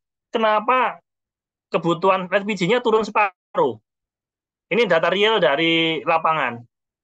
Karena saya juga ada kandang, saya masuk di grup itu ya, supaya saya bisa belajar intens, saya masuk ke grup itu.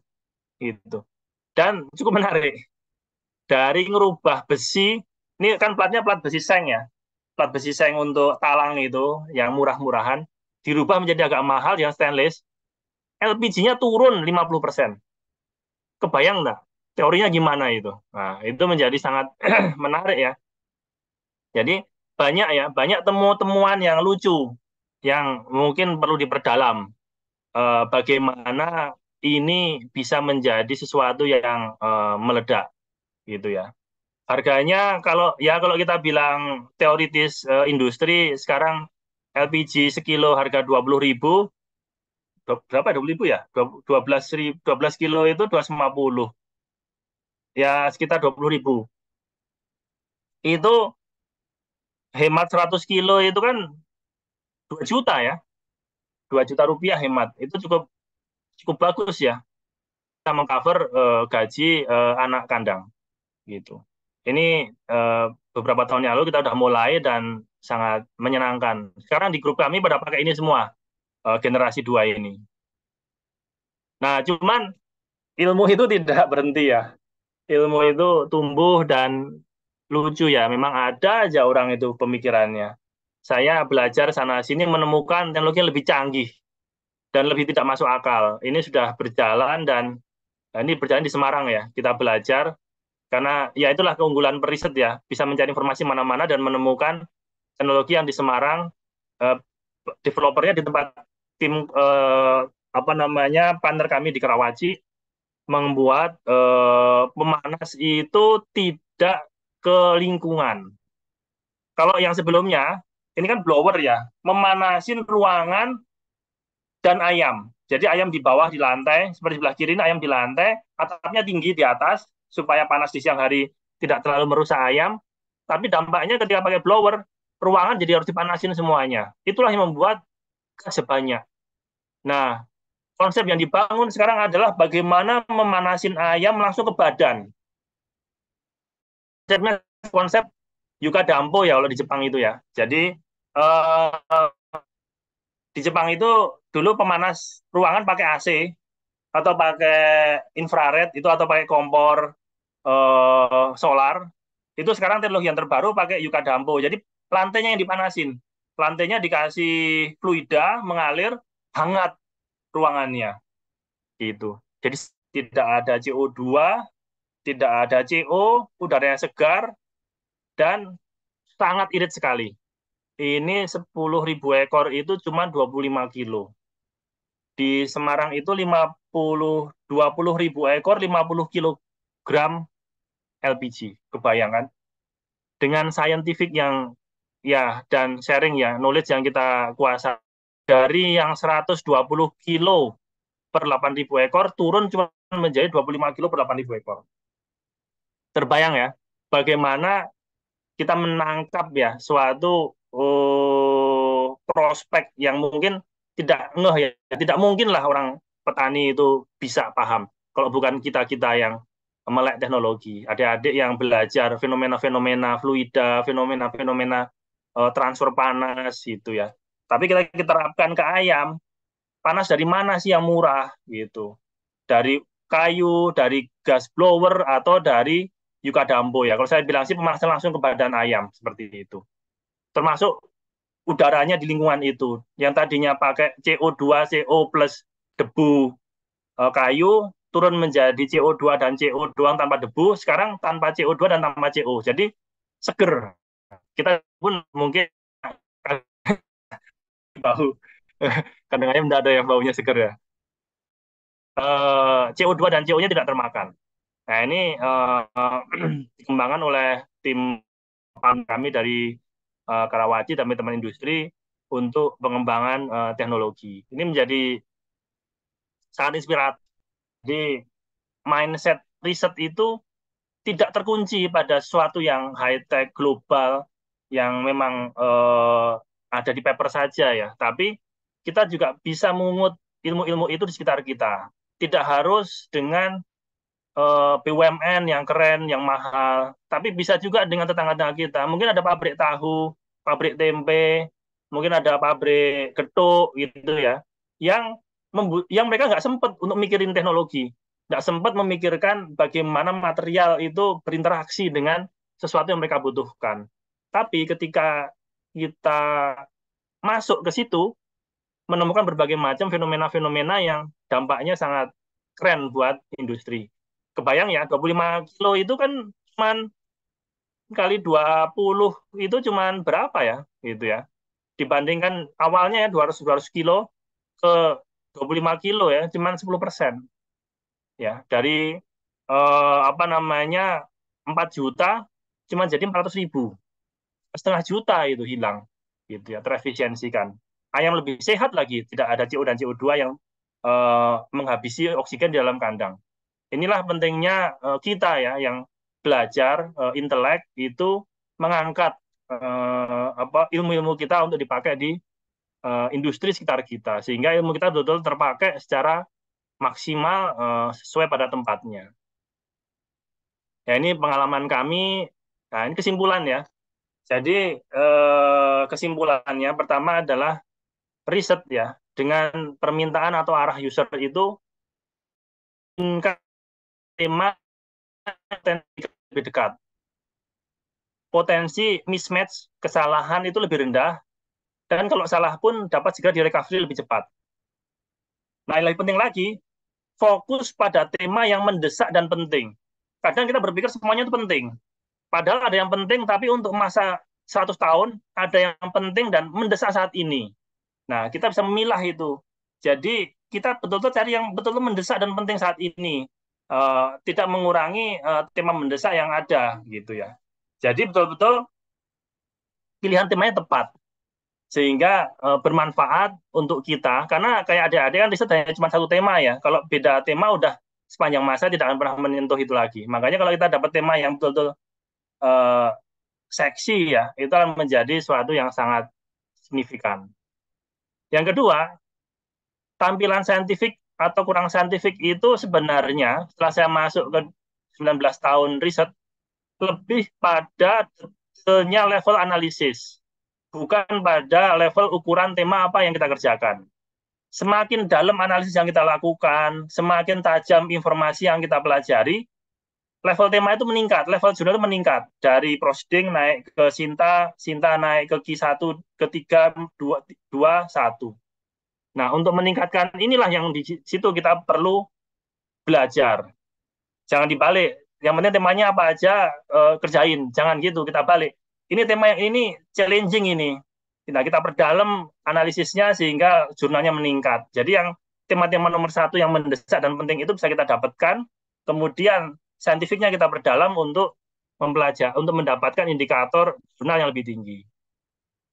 Yang ketiga, pengalaman kolaborasi dengan industri besar, memang temanya berat-berat ya, berat dan mendalam dan butuh network yang cukup besar. Makanya ini bersama dengan ini kami mengajak nih tema-tema timah ini, kami membuat grup pusat kolaborasi riset industri logam timah. Pusatnya di Untirta, dan kami mengajak teman-teman yang berkecimpung di bidang timah untuk join. Kita ada meeting tahunan rutin ya, minimal ketemu sekali gitu ya. Per tahun join di grup kami. Kalau yang PLN juga sama, terus itu anak-anak yang mau S2, S3 terutama, kalau enggak itu saya juga nggak apa-apa untuk join dalam kegiatan ini. Jadi memang saintifik, tapi temanya dibutuhkan dalam kebutuhan di saat ini. Yang keempat, kolaborasi industri kecil ya, industri sekitar kita. Coba kita lihat misalkan di Unsut itu, sekitar kita itu industrinya apa aja sih yang ada? Apakah mereka tersentuh oleh teknologi? Lalu fungsi kita di dalam teknologi mereka itu ada nggak? Aktivitas mereka sehari-hari ada nggak? Siapa tahu ada, dan itu bisa kita upgrade pada level yang menarik, yang keren lah ya. Kalau saya bilang di sini yang keren ya. Karena memang industri kecil ini menyenangkan ya. Karena ya kita bisa terjun langsung, kita lebih bisa berbicara banyak, dan terus terang dampak ekonominya cukup mengejutkan ya. Betul-betul ketika hit jeder langsung mengenai kita, returnnya ekonomi cukup besar gitu. Makanya ini cukup menyenangkan nih sebenarnya. Jadi bukan berarti kalau industri besar nggak ada kita, wah nggak bisa. Malah kebalik, kalau industri kecil ini malah sangat potensial nih. Kita bisa mendapat potensial benefit dan profit untuk mereka dan perekonomian kita juga. Nah ini mungkin seperti itu dari saya terkait bagaimana membawa riset fisika material menuju dunia industri. Ini yang pengalaman saya rasakan, belum tentu benar, tapi ini menjelaskan cara pandang saya dan kegiatan saya sementara ini dalam riset, dan mungkin sambil menunggu pensiun ya. Karena terus terang saya sekarang masuk ke UKM dan ikut andil besar di dalam pengembangan industri supaya alumni riset lah ya, riset-riset yang berkaitan murni untuk kepentingan industri dan langsung memberikan dampak ekonomi buat masyarakat sekitar. Walau alam biswab, kalau ada pertanyaan monggo. Sementara ini, Assalamualaikum warahmatullahi wabarakatuh. Terima kasih banyak Dr. Agus atas pemaparannya, luar biasa sekali. Pengalaman Dr. Agus sangat banyak ya. Ada kerjasama dengan industri yang besar sampai ke industri yang kecil. Nah, selanjutnya saya persilahkan kepada peserta kuliah untuk memberikan pertanyaan. Bagi yang mau bertanya bisa menggunakan fasilitas raise hand.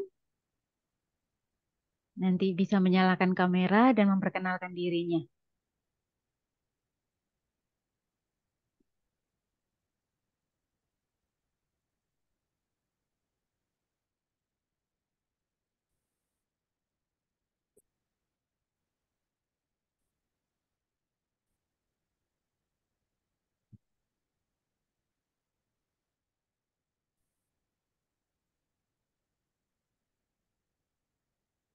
Oke, sambil Ini adik-adik mungkin belum kebayang ya. Iya, di sini mereka ada yang mahasiswa semester 3, Dr. Agus, kemudian ada yang semester 5, sekarang semester ganjil ya. Nah, jadi ada yang baru mendapat mata kuliah tentang material, pengenalan dasar-dasar nanomaterial. Nah, jadi kemungkinan mereka juga masih baru dengan bidang material ini. Baik, Dr. Agus, sambil menunggu pertanyaan dari peserta kuliah, nah saya mau bertanya kepada Dr. Agus. Nah, berdasarkan pengalaman Dr. Agus yang sudah sangat banyak untuk terlibat dalam jadi kerjasama penelitian yang Dr. Agus langsung lakukan itu langsung eh, mengatasi persoalan yang ada di dunia industri. Nah, kira-kira rintangan peraturan apa yang sering memperlambat atau menghalangi integrasi riset fisika material ke dalam industri? Apakah Dr. Agus pernah menemukan persoalan yang seperti itu? Baik, kalau bilang rintangan banyak Bu ya. Eh, sekarang aja ada rintangan ini. Kami bekerja sama dengan PLN bermasalah ya, karena anggarannya nggak bisa masuk gitu. Tapi rintangan itu akan selalu ada ya. Jadi saya pengalaman 19 tahun bahwa dunia itu dinamis. Bahwa dari dulu belum ada Zoom ya, sampai sekarang ada Zoom, itu dinamis semuanya. Manajemen manajemen dosen, manajemen riset, manajemen itu berubah semua. Jadi eh, rintangan itu sesuatu yang menyenangkan kalau saya bilang, challenging. Kalau kita bisa melewatinya menjadi happy. Ya, kita rubah seperti itu. Jadi jangan merubah rintangan itu menjadi beban. Makanya ketika ada masalah, wah ini menarik nih, kita bisa mendapatkan suatu insight baru untuk bisa kita selesaikan.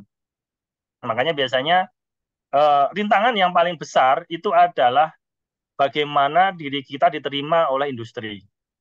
Itu. Jadi industri itu tidak percaya pada kita. Saya bilang tidak percaya ya, karena memang kita itu terlihat konsumtif. Orang takut melihat kita. Belum apa-apa, waduh nih ditagih duit nih pasti nanti. Gitu. Nah, kemudian saya bilang ke industri, begini Pak, saya ini periset, mahasiswa saya banyak tugas akhir. Mereka itu butuh tema, Pak. Mereka itu butuh sesuatu yang mereka pelajari. Kalau saya membuat tema sendiri, Bapak nggak nggak guna baca, nggak nyambung. Makanya kalau Bapak ngasih tema ke saya, anak-anak nanti bisa bawa baca, minimal bawa baca. Nggak kepake juga nggak apa-apa, tapi nyambung. Masalah duit nantilah, Bapak nggak usah ngasih duit juga nggak apa-apa. Nanti kan Bapak ngasih komitmen kertas secari kertas bahwa saya berkomitmen bla bla bla bla bla. Bahwa set ini berkaitan dengan industri. Ini cukup kita jual jadi proposal. Dapat 200, 300, setengah miliar itu bisa. Makanya biasa saya sampaikan ke mereka, gerilya, kita itu membutuhkan tema-tema dari bapak-bapak, ibu-ibu pemilik industri untuk memberi kepercayaan pada kami. Berilah kami tema, supaya kami tidak membuat tema sendiri. Jadi saya datang ke industri dalam kondisi kotak kosong. Tolong beri kami tema, beri kami pekerjaan. Biar nanti anak-anak kami bekerja. Nah, sehingga dengan cara seperti itu, mereka membuka. Ya sudah nih, kita kasih kerjaan gitu ya. Soalnya mereka juga takut ngasih kerjaan nanti minta duit dong kan gitu. Makanya kita itu pegawai, kita nggak apa-apa kasih kerjaan pun kami kerja gitu. Nggak apa-apa itu pun anak-anak harus riset gitu. Makanya kita meminta tema-tema riset yang kalau jadi industri itu bisa baca gitu. Itulah yang kemudian saya tawarkan ke mereka. Nggak usah takut biayanya. Yang penting ini ada tema nanti nggak tahu baik atau buruk, tapi minimal tema itu bisa disandingkan untuk keperluan riset bapak-bapak semuanya. Itu. Sehingga itu yang tantangan terbesar ya buat kami untuk menjajakan diri diterima di industri. Gitu ya. Makanya banyak yang lari, tapi saya yakin bahwa 1:10 itu ada. Kita approach ke 10 ke industri akan datang minimal 1 atau 2 atau 3 bersama kita. Gitu. Jadi jangan takut datang sekali kemudian kamu tuh apa nggak butuh gitu lari-lari itu jangan datang ke sekian banyak industri nanti pasti ada yang nyantel gitu ada yang terbuka dan mau memberikan tema ke kita gitu kalau masalah duit ya kita bikin proposal bareng itu udah jadi duit itu seperti itu jadi itu tantangan terbesar yang kami alami nah dari situ kemudian kita bergerak dengan tema-tema itu lalu membuat sesuatu yang sesuai dengan kebutuhan mereka memang dampaknya ada. Dampaknya adalah kalau Ibu lihat latar belakang saya loncat-loncat jadinya. Karena temanya tidak urus betul dengan tema yang saya pelajari, tapi loncat sana loncat sini. Tapi banyak jadinya karena banyak yang dikerjakan. Kalau kita mau ambil linear, ya ambil aja dipilih-pilih yang linear saja gitu. Karena memang kita betul-betul merespon kebutuhan industri dan merespon kebutuhan user. Paling bahagia itu kalau kita bisa laku ya. Oh, teknologi kita kepake dan oh ternyata ilmu kita bisa dipakai. Buat kami ya, kalau buat dosen ini kan mahasiswanya banyak, bisa lulus, bisa dapat gaji gede itu seneng gitu ya. Kalau saya mahasiswa TA paling 3 bulan, 4 bulan udah hilang gitu. Jadi kami butuh sesuatu pengakuan juga ya, pengakuan yang itu menjadi penting supaya kita sehat ya sampai pensiun. Pensiun 70 tahun di kami, ya, sampai tua-tua di itu. Nanti adik-adik siapa tahu dia masuk BRIN, nah pensiunnya lama juga ini. Bareng-bareng membangun industri dalam laboratorium gitu. Bersama dengan di laboratorium kita bekerjasama dengan industri seperti itu. Kurang lebih seperti itu, Bu. Ini tantangan yang selalu menjadi tantangan semua. Kita nggak laku di industri gitu ya. Ya kalau nggak laku ya kita gratiskan aja. Nanti suatu ketika ada yang mau mengut kita dan suatu ketika kita akan besar bersama dengan mereka. Oh, iya.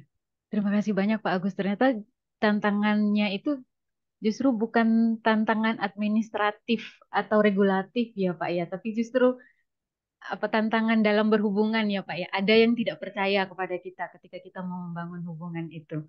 Hmm. Ini pengetahuan baru untuk saya. Bukan itu juga, Bu. Nah, Ya, wajar, Bu, itu udah.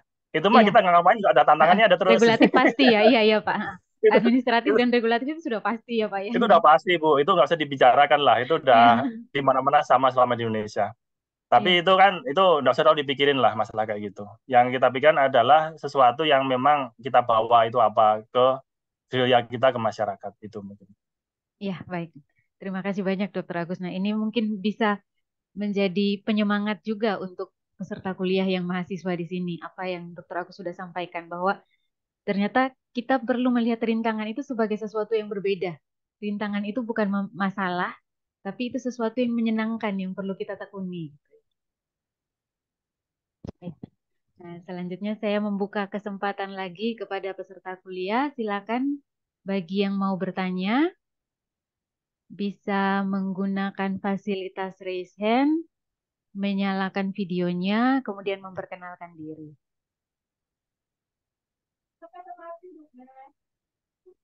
Bisa apa saja, silakan. Tadi Dokter Agus juga sudah membuka kesempatan kan ya. Ada program magang di BRIN. Oh ini sudah ada yang bertanya Dokter Agusnya. Kesempatan pertama saya berikan kepada Sia Rahmawati. Silakan.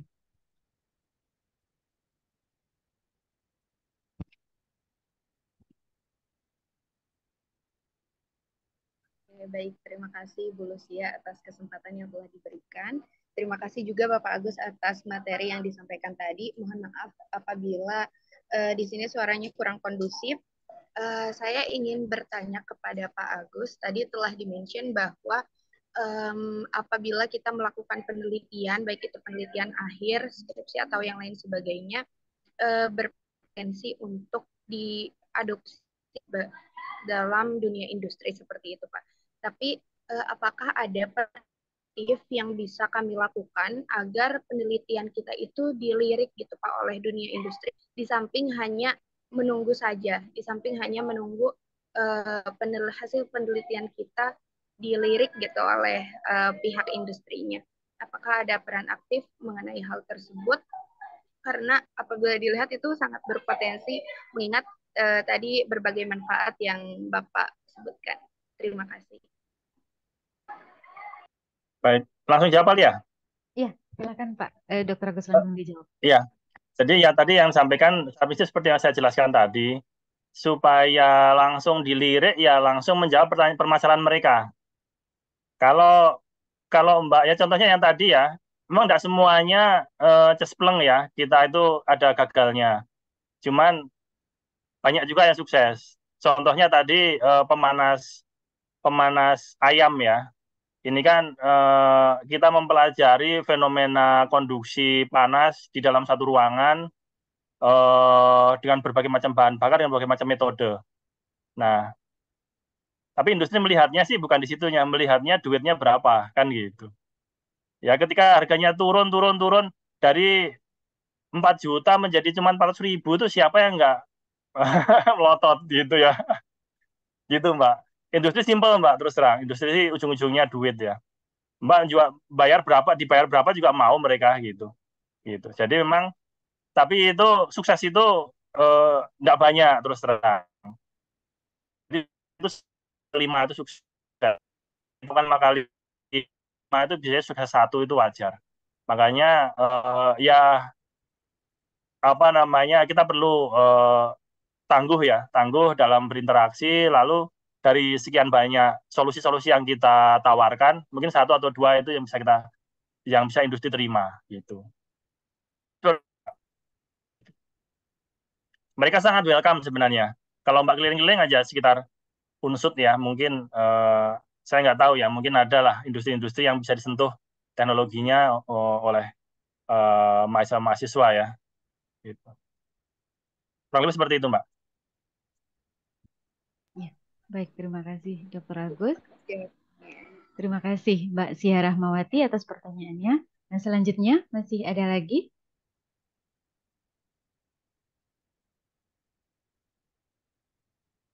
Tadi ya, Rachel Adna, silakan. Baik, terima kasih atas kesempatannya Ibu Lucia.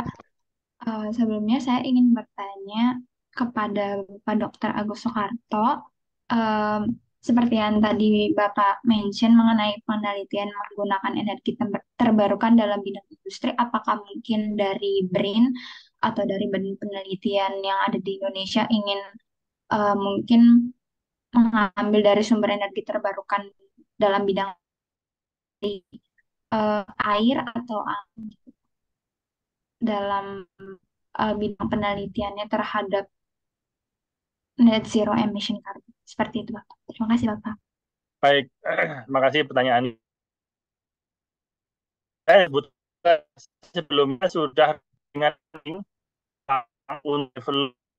angin. Kita riset, kita pasang sana sini. Kesimpulannya satu, di Indonesia itu miskin angin. Gitu. Jungkir balik nggak ketemu angin di Indonesia itu di mana gitu.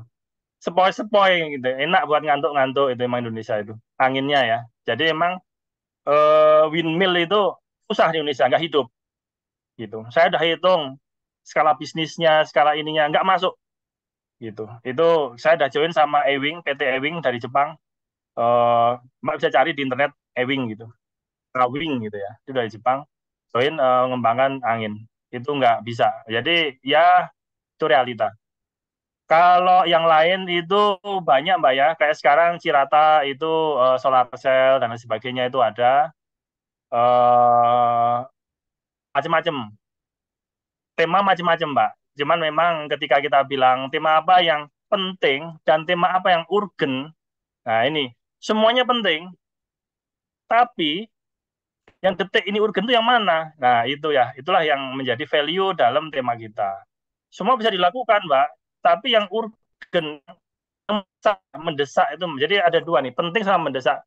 Kita bikin solar cell penting, kita bikin ini penting, bikin itu penting, tapi yang paling mendesak itu mana? Yang paling mendesak itu adalah yang dibutuhkan industri yang diminta saat ini juga itu. Makanya temanya banyak banget Mbak sebutin semuanya ada gitu. Tapi dari sekian banyak itu mana yang betul-betul bisa mendesak untuk kita lakukan saat ini.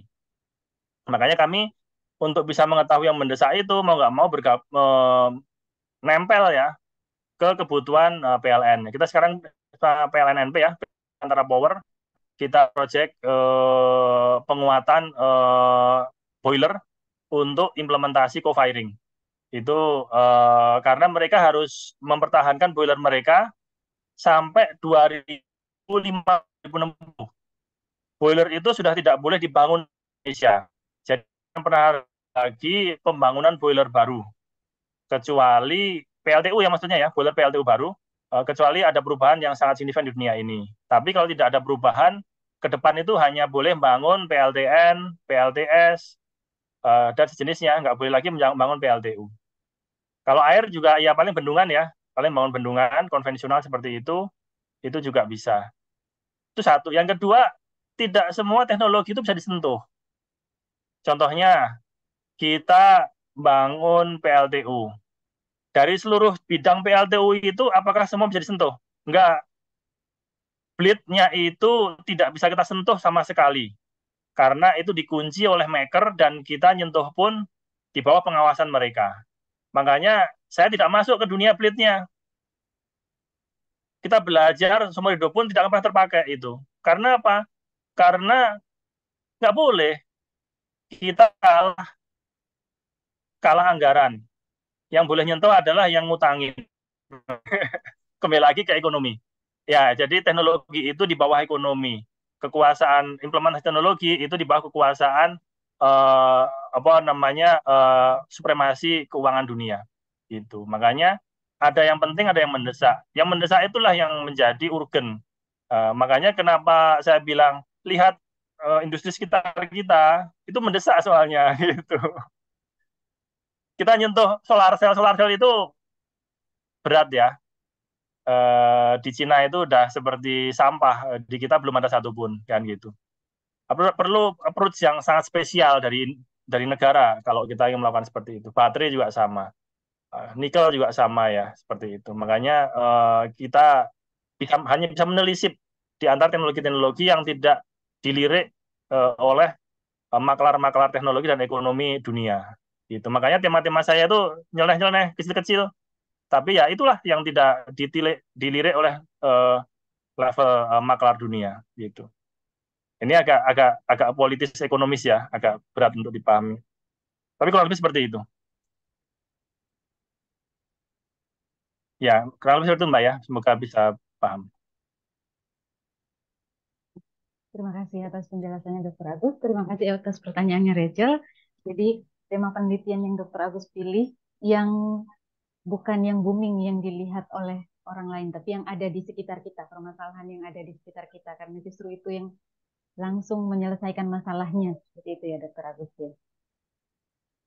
Nah, sekarang waktu sudah menunjukkan pukul 11.32, Dr. Agus. Jadi untuk sesi pertanyaan akan saya sudahi. Selanjutnya saya akan mengulas lagi ringkasan materi yang sudah Dr. Agus paparkan untuk kita semua hari ini.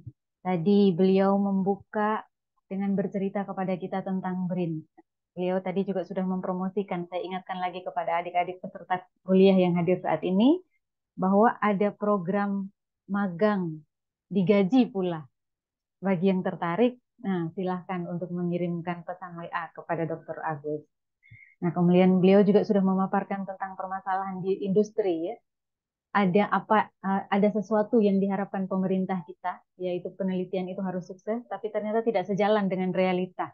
Yang mana peneliti masih melakukan penelitian sesuai dengan apa yang dia senangi, tidak menyentuh permasalahan yang ada di sekitar kita. Nah, lalu yang paling menarik adalah Dr. Agus memaparkan tentang kerjasamanya dengan 4 bidang industri. Dari industri yang dalam skala besar sampai ke yang skala kecil. Nah, hal yang bisa saya ringkas dari semangat yang ditunjukkan oleh Dr. Agus dari kerjasama beliau adalah beliau menyelesaikan masalah sesuai dengan kebutuhan.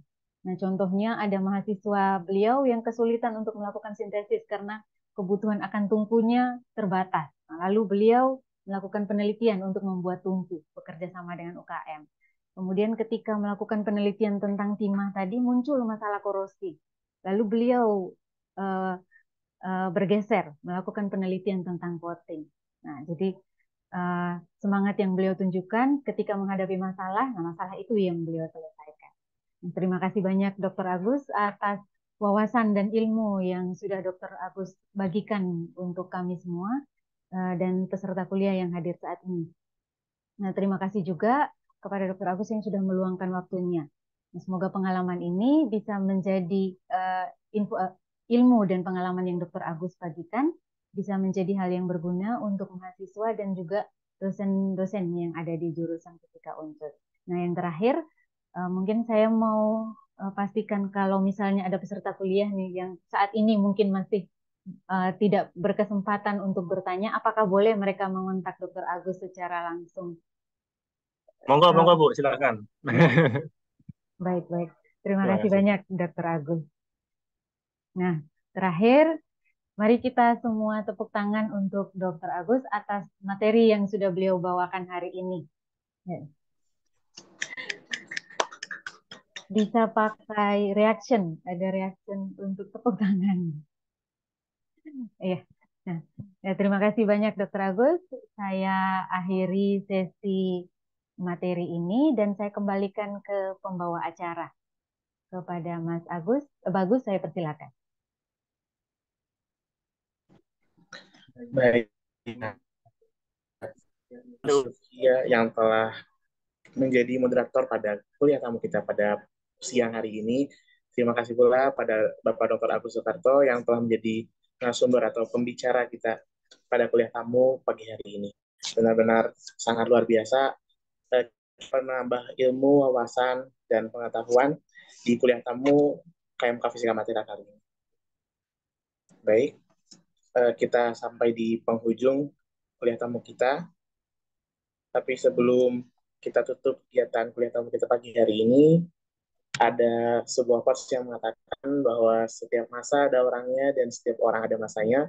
Maka dari itu, mari kita mengabadikan masa-masa kita yang kita di sini lewat sesi dokumentasi bersama. Untuk peserta kuliah tamu KMK Fiserial bisa untuk open kamera untuk kita lakukan sesi dokumentasi terakhir. Baik. Ada beberapa slide, nanti saya akan pandu untuk Oke. Bagi yang belum on cam bisa belum on cam. Oke. Oke. Untuk bagian pertama, 1, 2, 3. Oke. Untuk bagian kedua, 1, 2, 3. Untuk bagian ketiga, 1, 2, 3. Untuk bagian yang terakhir, 1, 2, 3. Oke, mungkin kita bisa kasih tepuk tangan sebesar-besaran untuk pembicara dan moderator kita pada pagi.